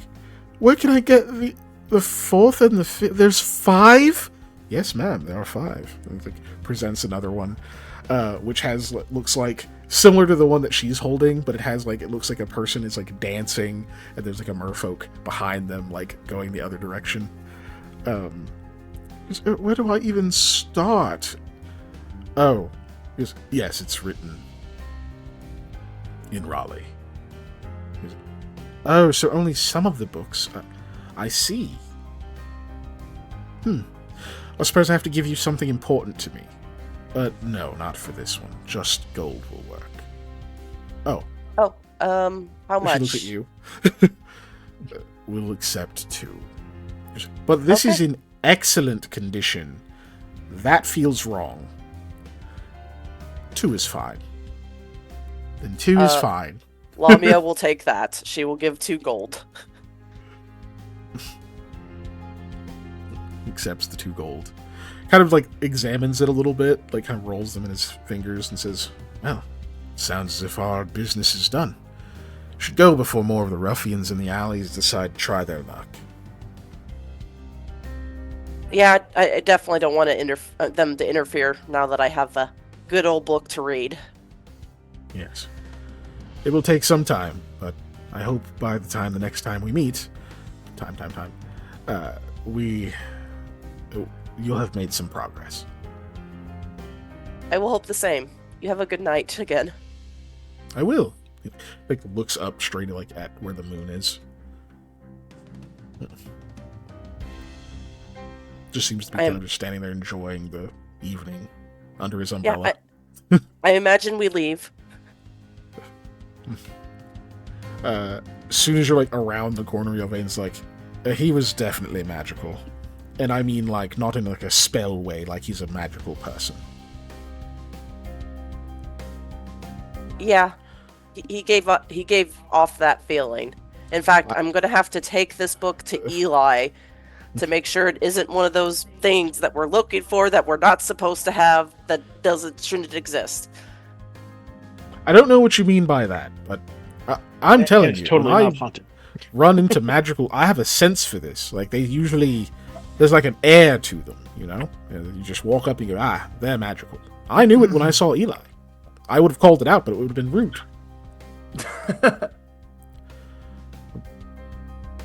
Rahala just kind of gives him this look what is he on about? But he doesn't see it, and she doesn't say anything. So... Cool. You're heading back to the inn now? Right. You go back the way you came? No, I prefer to try and make a way to the main streets. If cut less alleys and find a way to, go straight into the streets. Yeah. Okay. So you go a different direction. As you're like almost out onto the main road, you see like three dudes kind of walk out of the alley. One of them like looks over and goes, "Hey, hold on a second," and another guy's like, "Mm-mm, mm-mm." Like, just keeps like nudging him, like hitting him on the shoulder, like, keeps like kind of pushing him. Doesn't even look up at you. She's like, "No, She like pushes him along. Like the third guy's like, "What is? That's a cool halberd. Hey, that's a cool halberd." Like he's like obviously walking off. But cool. You guys get out to the street. And, like, look around. You're like, I think we're this way. You can like follow the road. You do have to walk a little bit of a long way around.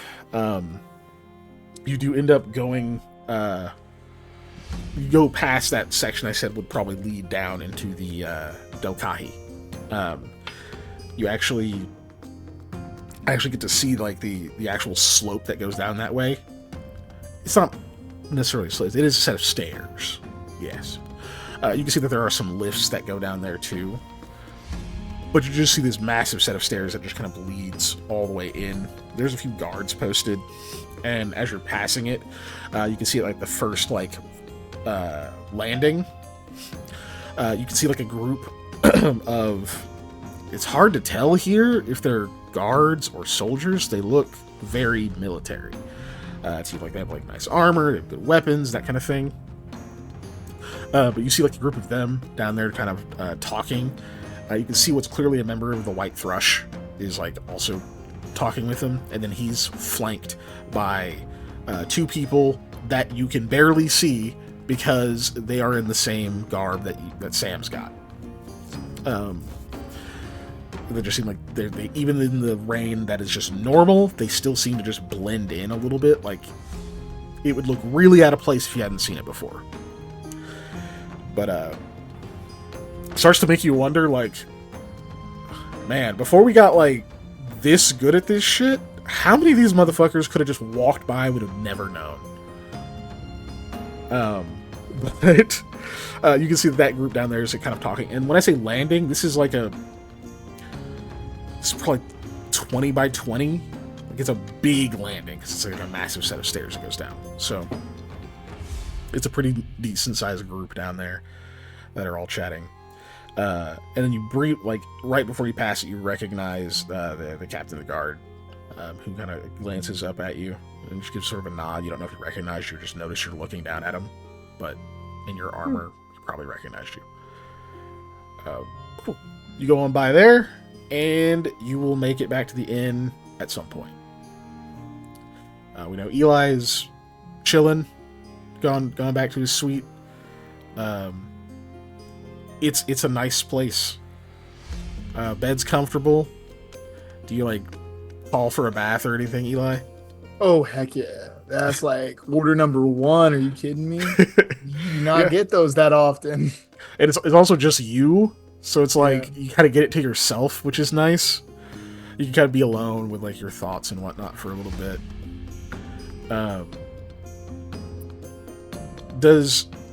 So Eli, I mean, he has moments to himself. Mm-hmm. He doesn't have a lot of moments like this, where he's not just a few feet away from a companion or an enemy or whatever else, like where he's just him doing his own thing. Does he do anything in particular, or have any kind of reflection or anything in that moment when he's finally just him and him alone? Well, Aldwin too, but you guys being. I would say it's even that thing where, as many of us know, sometimes you talk to yourself, right? And in this instance, talking to yourself for Eli involves just talking to Aldwin, since he doesn't speak back. Eli gets to just kind of bounce stuff off of him and just, talk.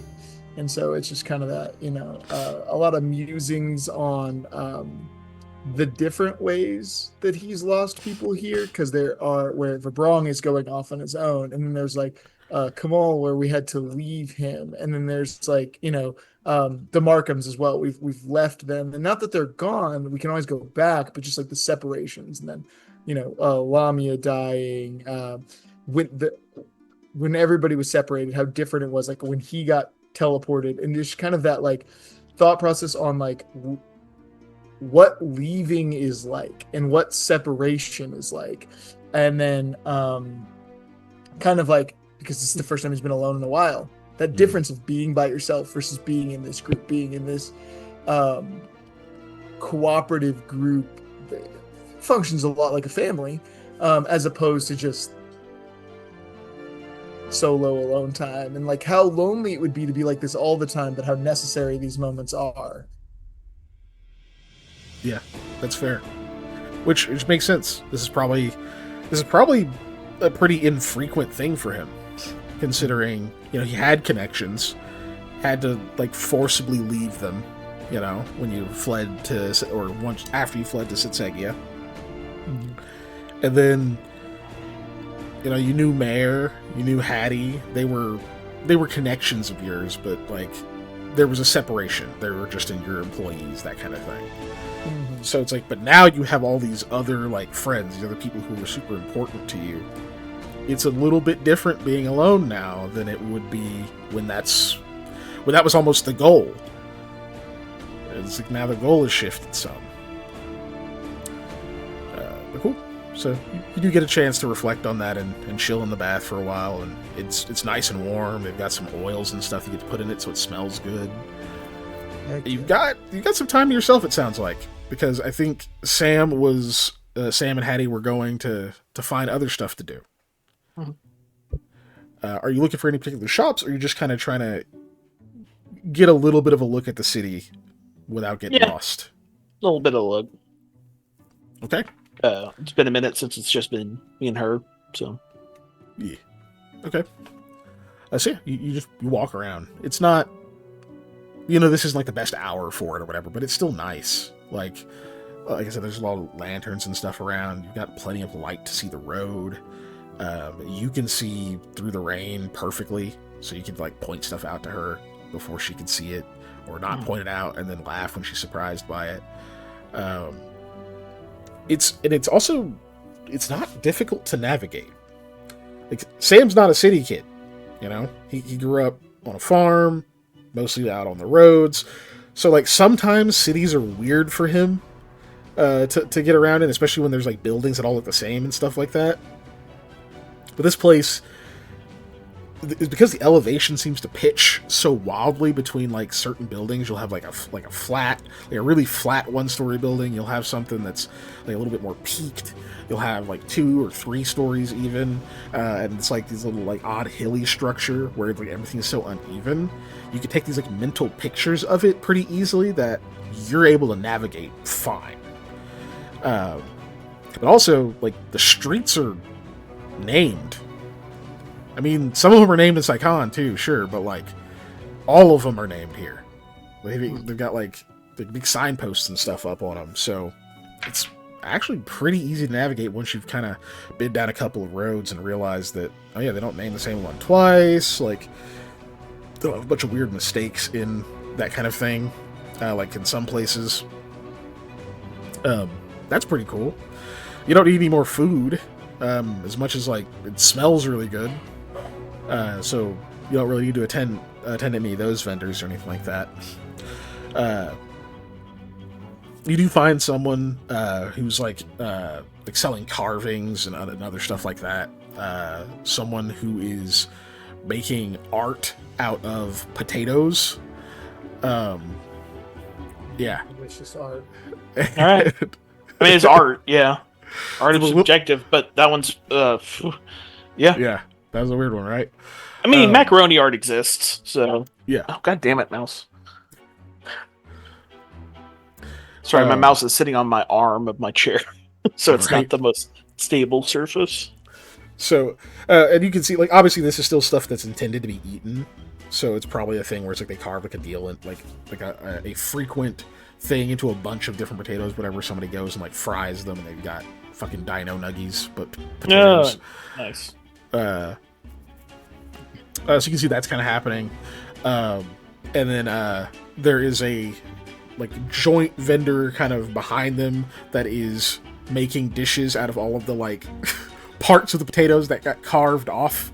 He's mostly just making like mashed potatoes and like latkes and stuff like that.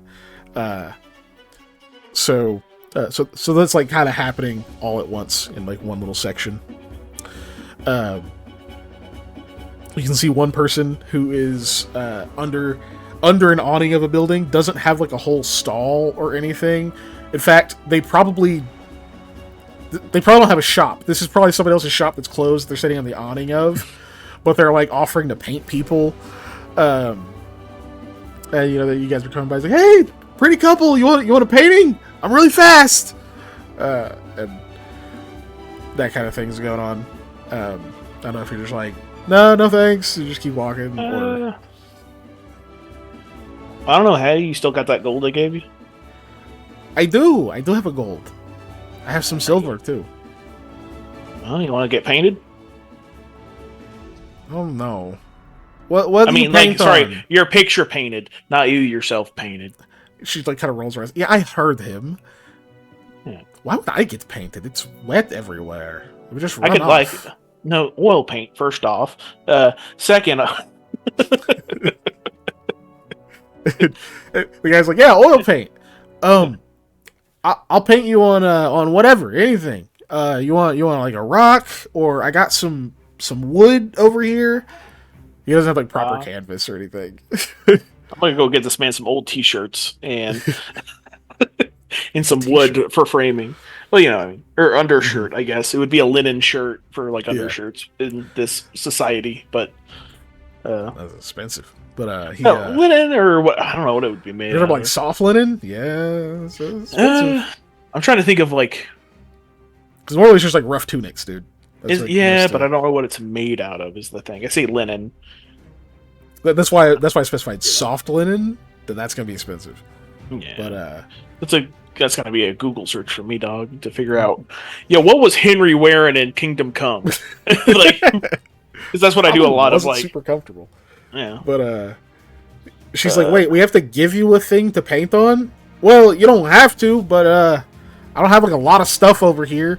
I got this flat rock. Like, it literally holds up like a very flat, like ovoid rock. It's like a nice rock, but you here often? Well, like in this spot? Yeah, it can be. Sorry, am I being too loud? I realize I'm yelling at the volume and keep me talking. Okay. It might be for a headphone users. Nah, it's fine for me. Okay. So. Okay. I'm trying to think of. Brother, the good thing about being, freelance, I can be wherever I need to be. It's true. All I gotta do is scoot. That's why I travel light. Got my paints. I got this rock, and clothes on my back. He's really trying to sell this. Yeah, I appreciate the salesmanship. That's a lot of getting your money. That's why they didn't already looks disappointed. Yeah. I don't know. We'll think on it. All right, bud. Man, but if you're thinking, you're not getting painted. Look, listen, bro. It's 2 silver. It's 2 silver. I'll have you out of here in 10 minutes. Can't beat service like that. Yeah. We're gonna do a little walk. We'll think on it. All right. All right, but when you come back through, I'll have paints ready. Okay. Like, looks past a little bit. He's like, yeah, I'll have paints ready.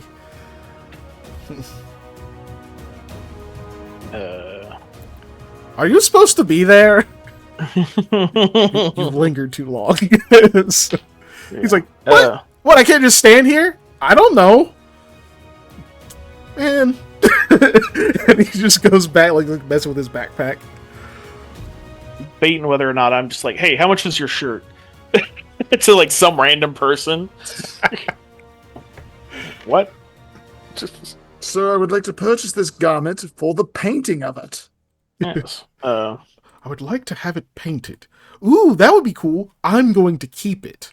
Oh. No. It's that, but or it's unless you want a painting of me and my girlfriend. Yeah. I mean, like, that dude just wearing a shirt with your face on which, it. I mean, I did almost. Lindsay took me to Goodwill, and I almost bought a picture frame of some old dude. I was like, "Yo, this guy looks nice." Like, the frame's kind of garbage, but the old guy looks cool. because he was wearing like a business attire type thing, and I was like, oh wow, like, who's that? Is that like your great grandfather? I have no idea. I've never seen this man before in my life. It's like, I just think finding it's vintage neat. photographs, like, ooh, that's cool, Who is it? I've never seen this man before in my life. And you meet it. I'm debating on how I'm going to go about getting, one, material for this man to put stuff on that's not a rock, because I don't want a rock. Because I'll eat it. The only rocks I have are Paints eating a rocks. rock, you cast all food on the rock, and then eat his painting. That would be a mind fuck, dude. Holy shit. Your art fuels that'd fuck me that and dude up. sustains me. Good art. Like, you have good taste, sir.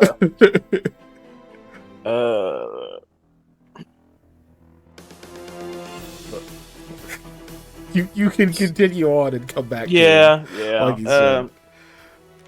I'm gonna keep an eye out for anybody who's selling. I don't want to say tapestries, because tapestries are already like things, but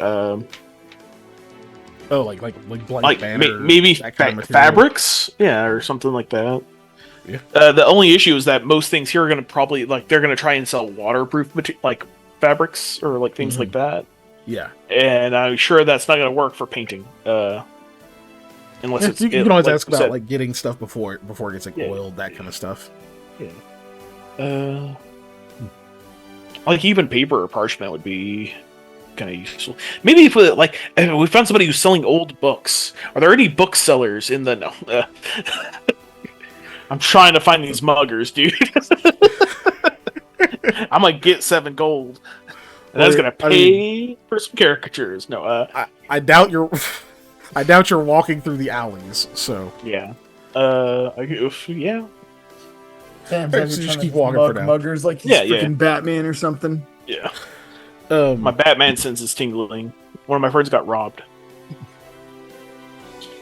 You keep walking for a little bit. You end up realizing you're kind of at the edge of the docks district. You're actually heading towards like kind of the center of the city, which it's been quite some time. So it's getting later, but you're not like sleepy. You probably can travel around a little bit longer before you start wanting to head at least back in the direction of the inn.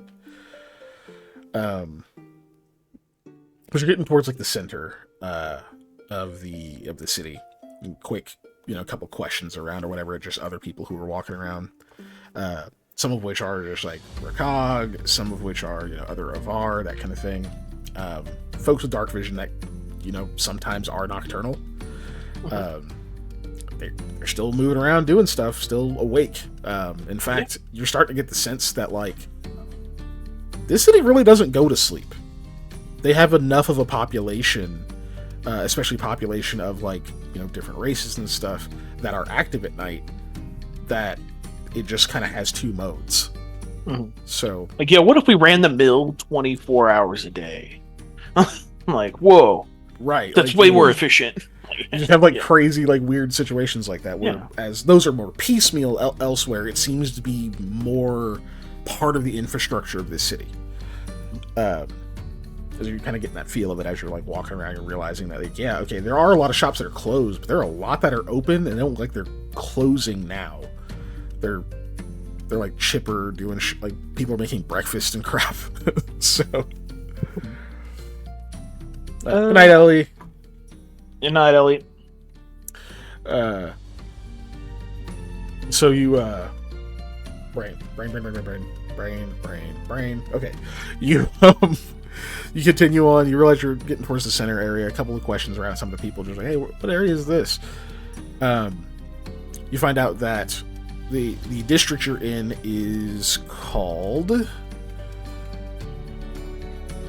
did I put it? Oh no, I navigated away. There it is. Oh no.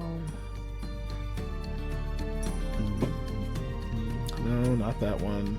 God dang it. What the hell? Hold on. Where the Oh my god, the city is huge. Hold on. There's too many things. There it is. Okay, you're entering what they call the Hearth Quarter, which is mostly the residential area. So there's still some shops and stuff, but you can see there's a lot of little houses and whatnot, which is mostly towards like the outer center of the city. But one of the things that you're able to see very clearly as you're entering this area is there's a space here that looks like a patch, like they have like a patch of woods just in the middle of this district. Like literally most of this is like buildings, yada yada yada. Like you've kind of seen the little image I made for like a basic view of the city. So there's not like a ton of trees. There's vegetation. There's a lot more as you're coming into this area. In fact, you start to notice that like pretty much all the houses and stuff you see, they all have a garden. Like all of them. They don't have yards necessarily. That's more of a modern concept. But yeah. So they don't have like big yards or whatever, but like every little house you see has like a patch or like, plants in in the sill or whatever, or there'll be like a area between two houses that's like obviously they're growing like some kind of I won't say crops, but they're growing something, whether it be flowers or herbs or a fucking tree, right? So yeah. And you can see that there are some people that are out that are like actually tending them, even though it's nighttime. It's just when they were awake, so they probably had to get up during the day too. But whatever else they were going to do, they're going to do now. But you notice that's not only common, that is consistent. You really haven't seen what looks like a residence without a garden. But rolling back to the thing that I said stood out. There are massive pine trees. These like huge... You don't even know what you would call them, but they're enormous. Like, you're surprised you didn't see them from outside the city. It might have just been the distance, and like the other stuff might have been kind of enough in the way. And it's like at a bit of a dip, but there are these huge pine trees. Actually pine. These huge coniferous. Word. Thank you, coniferous. Huge coniferous trees. I think I said that right. You did, yeah, you did. Yeah. Like conifer, yeah. But conifer, coniferous. Yeah. That was the word I was trying to. I was like, not pine. It's literally the thing of a evergreen is another term. Yes, evergreen was the other word I was looking for. But these are super super tall. And you can see that there's this like whole section of this area that they are in. They're not all over the city.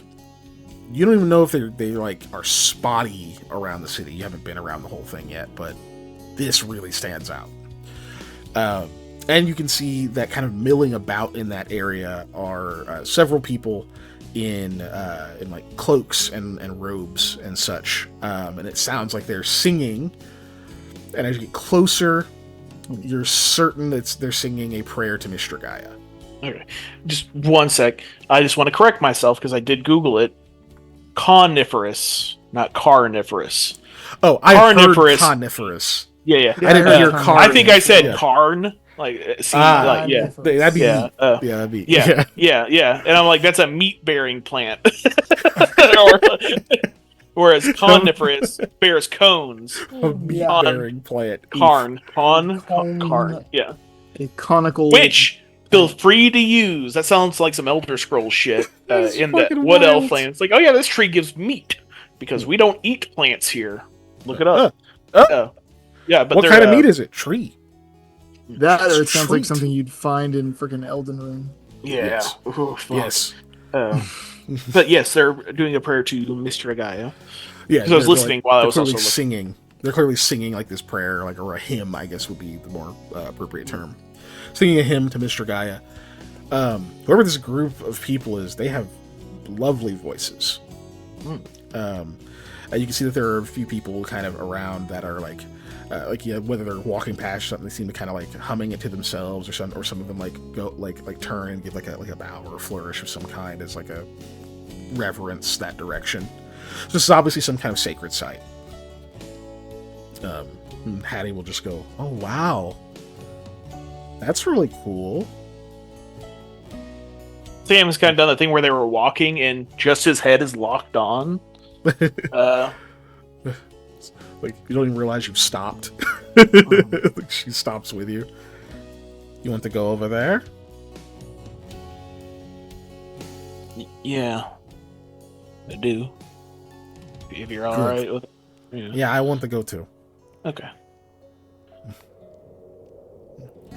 She walks with you. As you're approaching, you can see that they're not like dancing or anything. They actually seem to be like tending the trees and some of the greenery and things underneath. Actually, the trees, at least not like right up to them, but kind of around the perimeter where like there would be enough light in the day. You can see that there are several different gardens, and then leading up to the trees themselves, you see things like mushrooms and other like fungi and whatnot. And there's like moss and such. It's all very verdant, I guess you could say. That there are paths through it as well that make it very easy to kind of navigate up to the area where they all are. They all seem to be tending these things. Some of them are, preening the plants. Some have baskets and they're like harvesting berries and other things. You can see, from what you can tell, well, that's the fun part. You can't really tell what races these people are, or like gender or anything else like that. They're all covered like head to toe. Not only just the cloaks, but they have like these thick layers of like kind of shimmering cloth beneath it as well. They seem to be woven out of some kind of plant fiber, of course, like most. But there are, you can definitely see that there's leaves and other like ivy and other things that seem to be sticking out as part of these garbs. But they also have like face masks on, so like part of it's like stretched up their face. So you can kind of see their eyes, but even like part of their forehead has like cloth over it. It'd be like you could get that gussied up too, but it'd be kind of rough, as humid as it is out here. But they don't seem to have an issue. And despite having what hopefully isn't wet cloth over their face, their voices still seem to carry very well. And as you're approaching, a couple of them will stop like what they're doing, and they kind of look up at you, and you get close enough. One of them gives like a slight bow and like kind of puts a hand on the other one, who like goes back to what they're doing. And they actually will like skip over the path over to you. Gives like a quick, like a little flourishing bow. And they, when they rise, they're actually a little bit shorter than Sam. And they say, "Welcome to the Guardian Pines. This is a shrine to Mr. Gaia. You seem to be out of town. I thought maybe I would come and explain it to you. Are you interested in walking through?" Yes. Oh, excellent. Sam's kind of looking up at the trees. She says, "Both of you?" And she's, yes, I want to go too." Perfect. Come with me. So that person will like lead you down like the path and such, and you start walking towards these trees. They were huge from afar, right? It was clear that these are probably much taller than most of the trees you've seen. But as you're approaching them, it gets more and more evident, like just the scale of these things. It made the whole area look smaller than it was. So you were like walking towards it, and it's like, okay, it kind of took you a little bit longer to get close than you thought, just because the scale of these are so out of place. When you see a mountain in the distance, and you're like, "Damn, I'm getting closer, but it's not yeah." Yeah. Exactly. And so it's like, and you haven't really seen many things to like of that scale that aren't literally mountains. So So it's a bit of an experience, but as she's like walking you through, and you're actually starting to go beneath the canopy of this, the only thing you can think of that it might just slightly remind you of was when you got Sherlock. That's what I was thinking. I was getting ready to ask, but I was letting you do your thing. Yeah. Do I see any big tigers nearby? One. No, I'm kidding. You don't see any big tigers.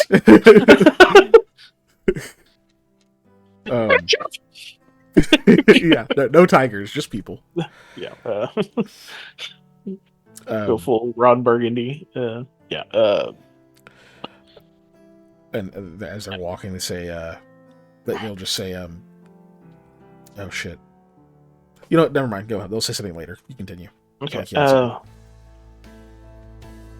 While they're walking, I'll just because that's what was on my mind, so it'll probably be on Sam's mind. These trees are remind me of something I've seen now a long time ago.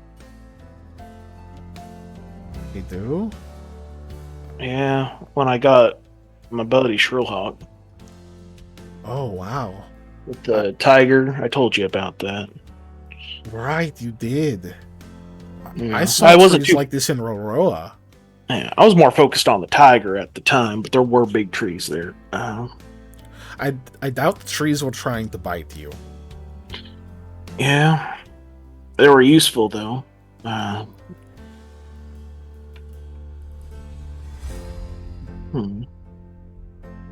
If that's just a Mr. Gaia thing, I don't know. Man, these trees. Yeah, like I'll start addressing the priestess. Appropriate term, I guess. I don't know. Priest is also technically the neutral term, so okay. Or yeah, sorry. Sure. If you're not, I assume. Well, was it? I didn't know if it was a man or a woman. Now that I'm thinking about it, I assumed Correct. it was a woman. So, yeah, because I used the lighter voice, but yeah. they were either way. They turn like their attention. Priest. Yeah. These trees are. What do they have to do with Mr. Gaia? Sorry, that sounds weird, but I think that would be evident. Look at their growth. Look at their location. Have you ever seen trees like this in Setsegia? Not in Setsegia. Right. As your partner there said, Varroa is typically where they would be, and only certain parts. This is a very rare coniferous tree. We simply call them redwoods, but that's a very easy thing to tag them with, wouldn't you say? Well, I mean, blueberries are purple. So well, the inside is. Yeah, but yeah. You know what I mean, though. You call, things by their color. It's an apt name. Indeed. It is by her gift that these were here. It is said that these trees sheltered the first settlers of Dardaneto before it was called such. This storm was not always the thing that our people were so accustomed to. Interesting. And it's pretty clear too, once you're like finally actually under the canopy and stuff and walking through here. Yeah, the rain doesn't reach it. You hear it. You definitely hear it like hitting the leaves, so to speak, the thickets of nettles. Whatever. Nettles, thank you. I was like, it's not bristles, that ain't the word. Yeah, close. That's close. I would have accepted that, yeah. Bristles. I'm glad you accepted it. But needles, yes, I say, yeah. You could hear the rain hitting the thickets of nettles. But none of, very occasionally there'll be like a few drops and stuff come down. It's not watertight, but you're not getting rained on. You really aren't.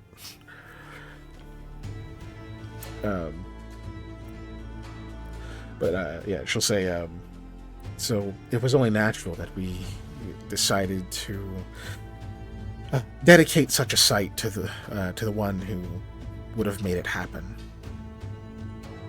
I wouldn't call this a gift from Caligral, would you? I haven't interacted with him much. Not in a positive way, anyway. You've interacted with gods? He glances at Hattie because he really wants to say, "I've been to the moon." She's just doing the Oh my like god. looking away, just not paying attention. Or Um, she hears you, but she's not saying nothing. Are there like pine cones and stuff on the ground? Yeah, you can find some. I am maybe not that. Ooh, nope, all food.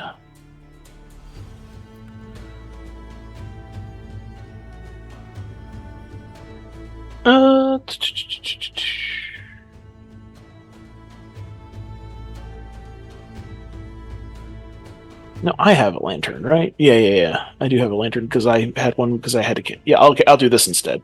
Sorry. Yeah. I don't want to just pick up a pine cone and eat it in front of her because that doesn't really prove a point. Besides asserting dominance. I have gifts too. Yeah. Did you cast all food? I forgot. Okay, cool. I keep it. Okay. I'd So- cast it on the thing and it starts delivering. I've been blessed with some of her gifts. So when you cast this spell, normally, obviously, you just tap into these gifts. You just maybe you recount some of the prayers or just reflect briefly. Just calling it forth. It's almost reflexive at these days. You've done it so many times. You notice a difference when you cast it this time. That connection that you have, that feeling of that brief spark between yourself and your goddess that normally grants you these gifts, that thing you didn't feel before when you started these journeys, that thing that developed over time is powerful here. You have never felt that strong a connection before. In fact, when you cast this and this lantern begins floating, there's a moment where you have to look next to you. You almost thought that you were going to look over and see Mr. Gaia standing with you. There is a surge of power that is, you can now feel it now that you've tapped into it, that just seems to be thrumming. It doesn't go away. It's infused in the land here. Currently, at this site, your caster level is 4 higher than normal. Yeah. Hold on, let me look up some spells real quick. Man,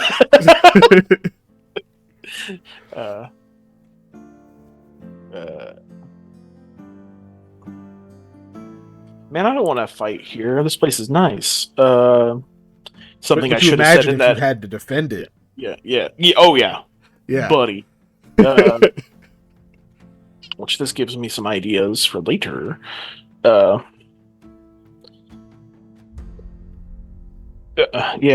kind of he looks at his hands and is kind of wondering. It's I've been blessed, but I think this place is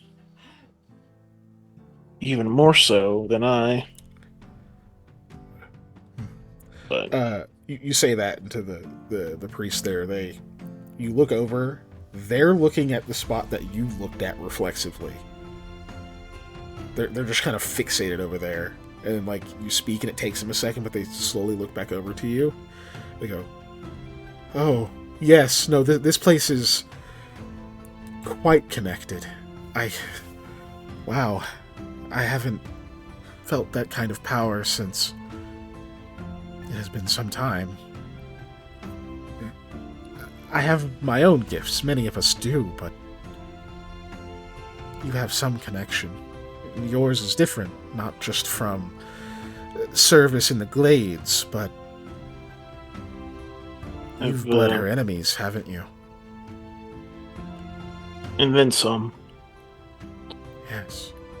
Going You to must be Samuel Goodbean. don't like that. Say it There's quieter. okay, sorry. There's been a rash of people knowing my name because there's some people that don't have the best interest for me in mind. So, like, Of course. yeah. But y'all seem like good enough folk. They reach up and like touch your shoulder and say, "What good works don't come with enemies, right? What type of foes would someone such as yourself have? They would be our enemies as well. You're safe here, All right. and so are we with you in our presence. But you deserve a better walk through these grounds than I can give you." You're doing fine.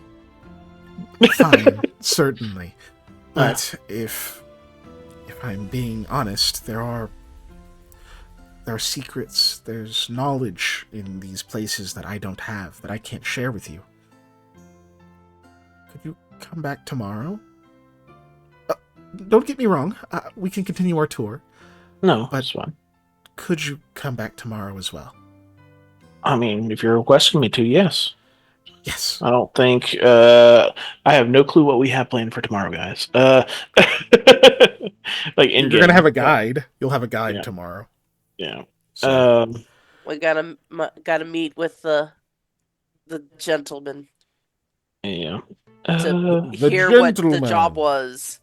Good. Also sell stuff tomorrow, probably. But yes. Maybe do some fishing. Yeah, maybe some fishing. Nice day for fishing, huh?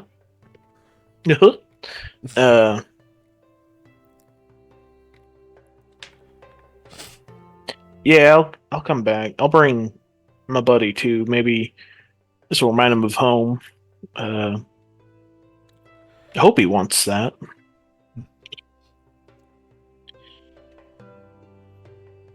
that would be excellent.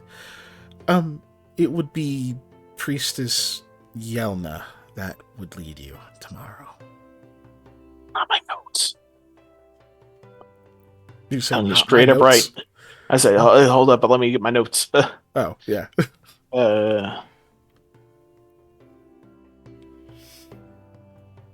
Guess I'm spelling it. Oh. Yell nah. More like quiet yes. Yell nah. Okay, only one L. Yes, only one L. Ooh.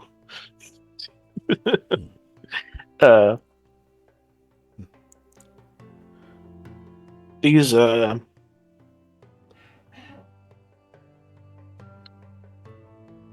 redwoods. Do saplings grow here? They do. Rarely. There are a few. I can't take you to them, but Priestess Yelna could.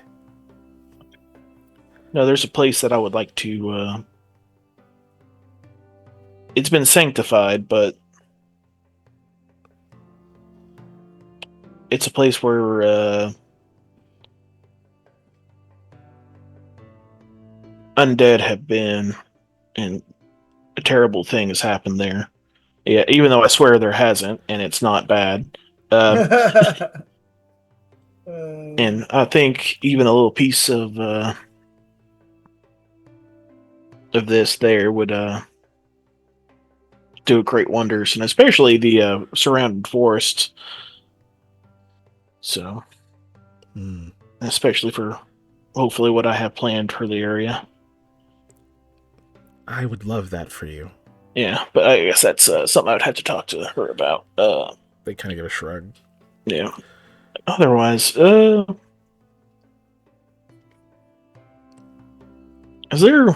people forage in this area?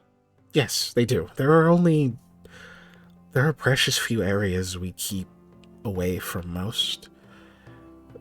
This place is meant for the people, the Ulis people, but you've been among us, protecting us long enough. I think you count. I don't have a hearth yet, but maybe someday. Uh, Perhaps you should claim one.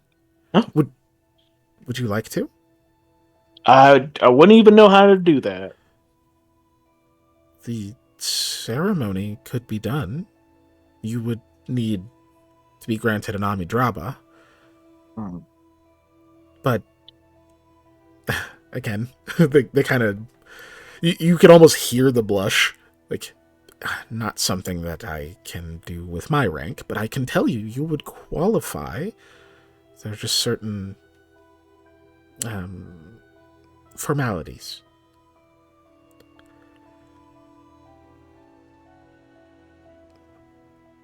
Maybe. I don't know if I have a friend who's from here. I'll talk to her about it.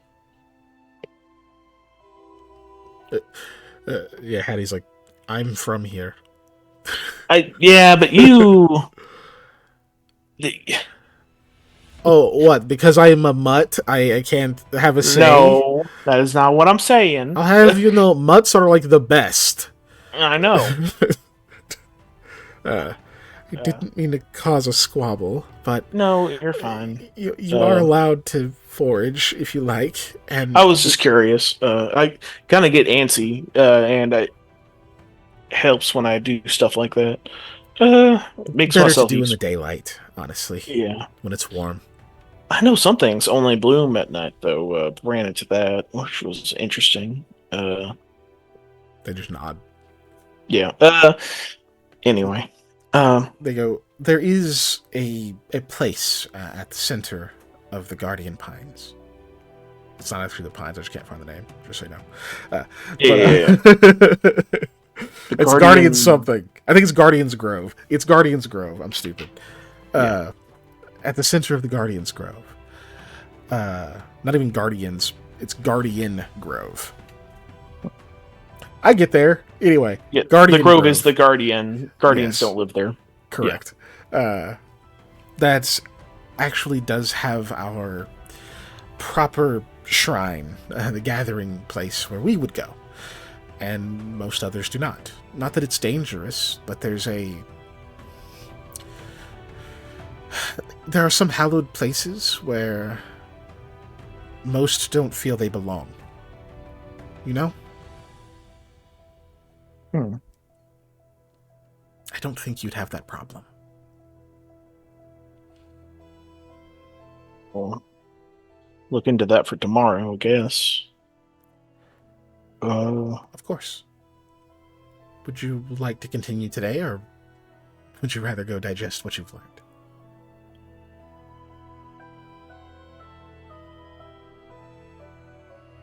We'll go and continue for today, and because straight up, Sam doesn't want to cut it short for Hattie, because she might not be able to come with him on certain stuff tomorrow. So if it's a weird, you got to be like a ranger or something to come in here. You ain't a druid or a ranger.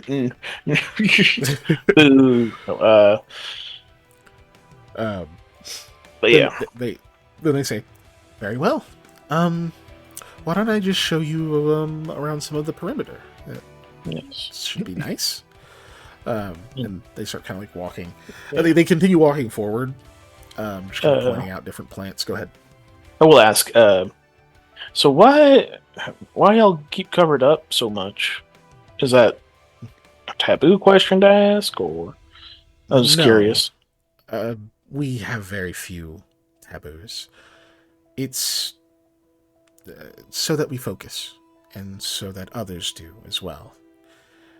Our devotion is meant to be a bit more, there are lots of distractions that come with appearances. And many of us are of marrying age. And, well, that can, again, distractions. I get it. I have a big family, and there's been more than once that we put a burlap sack on somebody's head. This is a bit more comfortable than that. But Yeah, less itchy too, probably. it also gives us a bit more freedom. You can get used to being oneself when they're not worried about what others will see. You know? There will come a time when all of this excess is removed, and we do get to choose the time, though the input of our counselors is greatly weighted.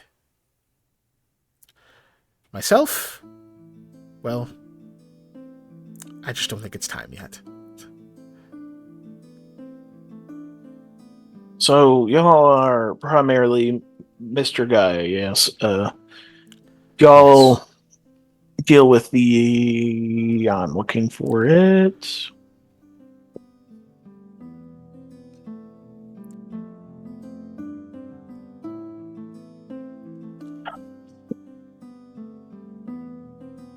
Like Mistra and is it Linmara Yes. and Mab? Yeah.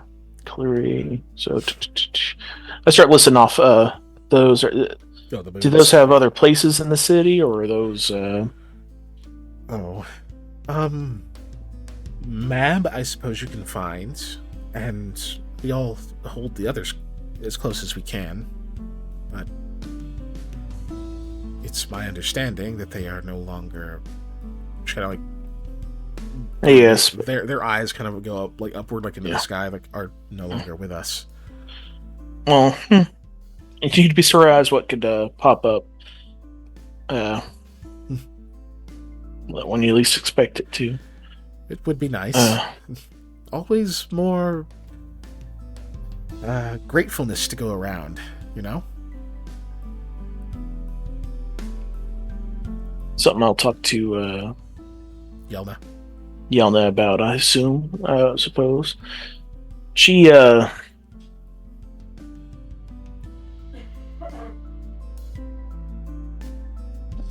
Sam's looking at the priestess lady. Did she say her name, or did I blank out? She didn't say her this name. person did not say their name. No. Okay. He kind of does this thing, and they just his eyes. Yelna is a priestess. Yeah. Sam's eyes kind of. She specifically. When he's pausing on this question, his eyes do dart at Hattie for just a second. And he goes, she's giving you a look. Is Yelna...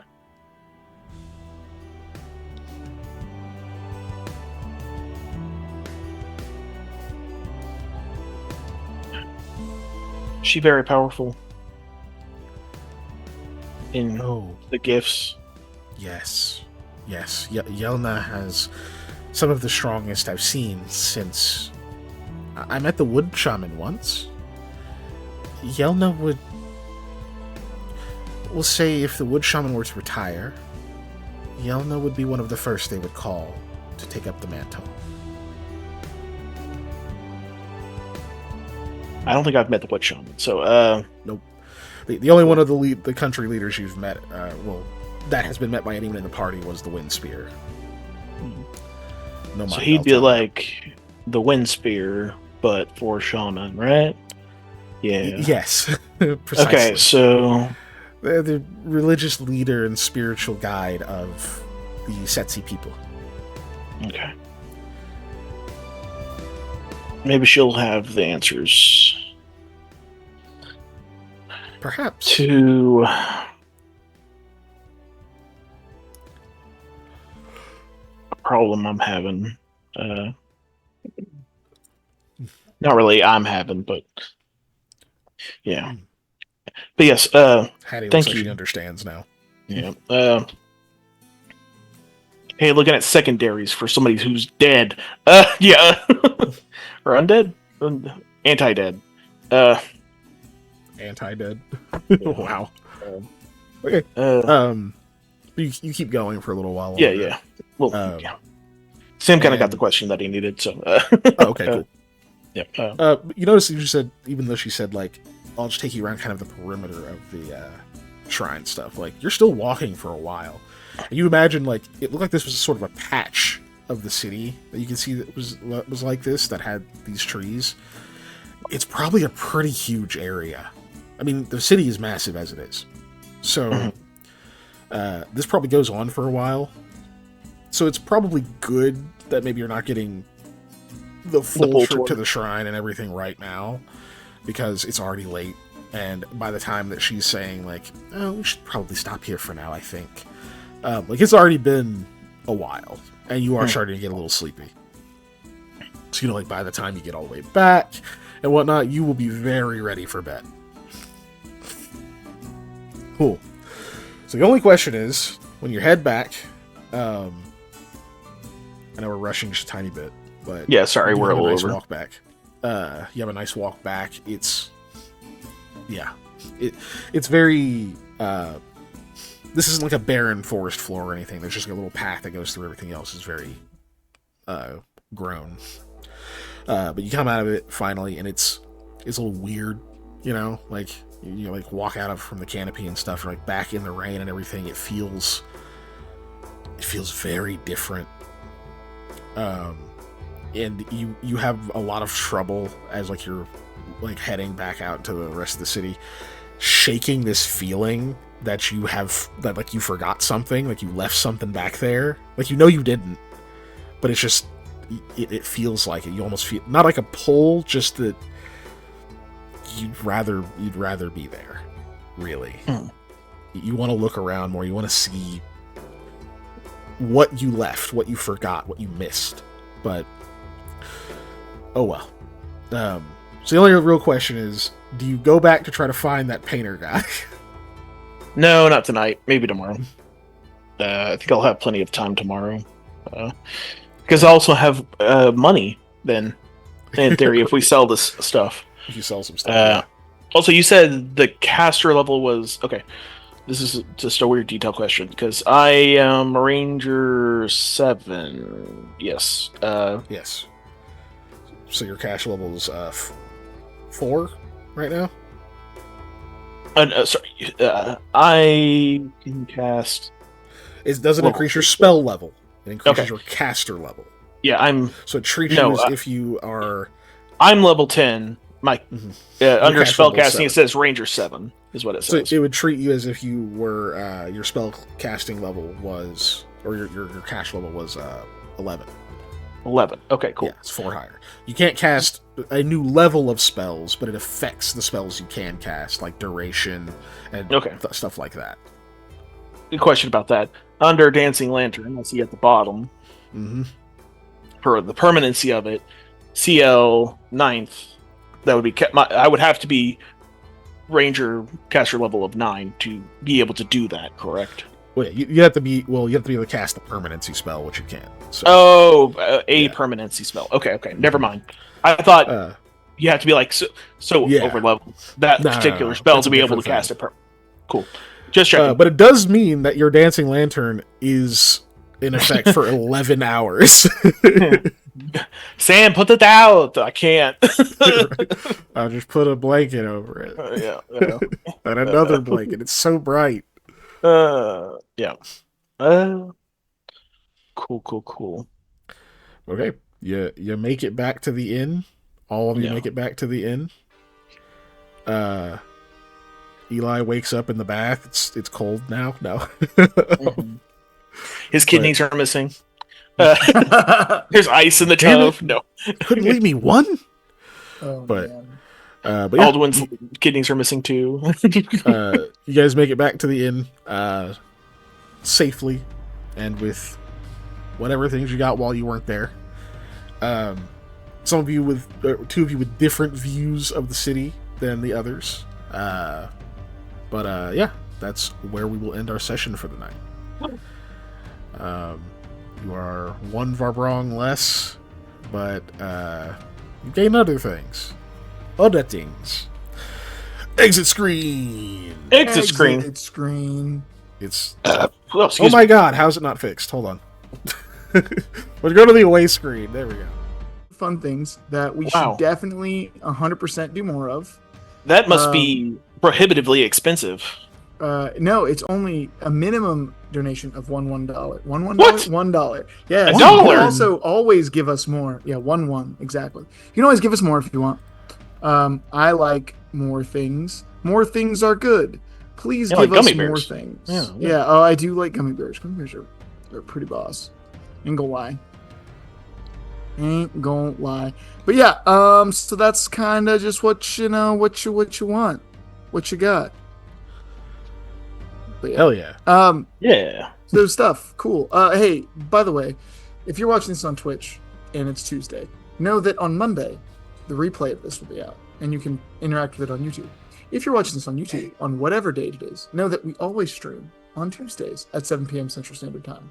So you can come hang out live if you would want to do that. Yeah. And they'll beg you for chat redeems and other stuff. Yes. And you can come torture us by putting Strokeamon in the chat or whatever. Jeez. Gotta love Wade.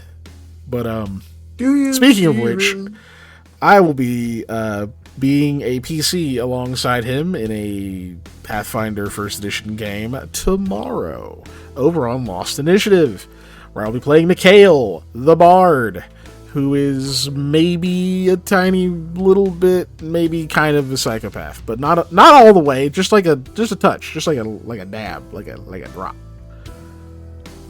Anyway, so I'll be playing that guy, which is fun, and we're gonna be. The hell are we doing? I never remember on Tuesdays, man.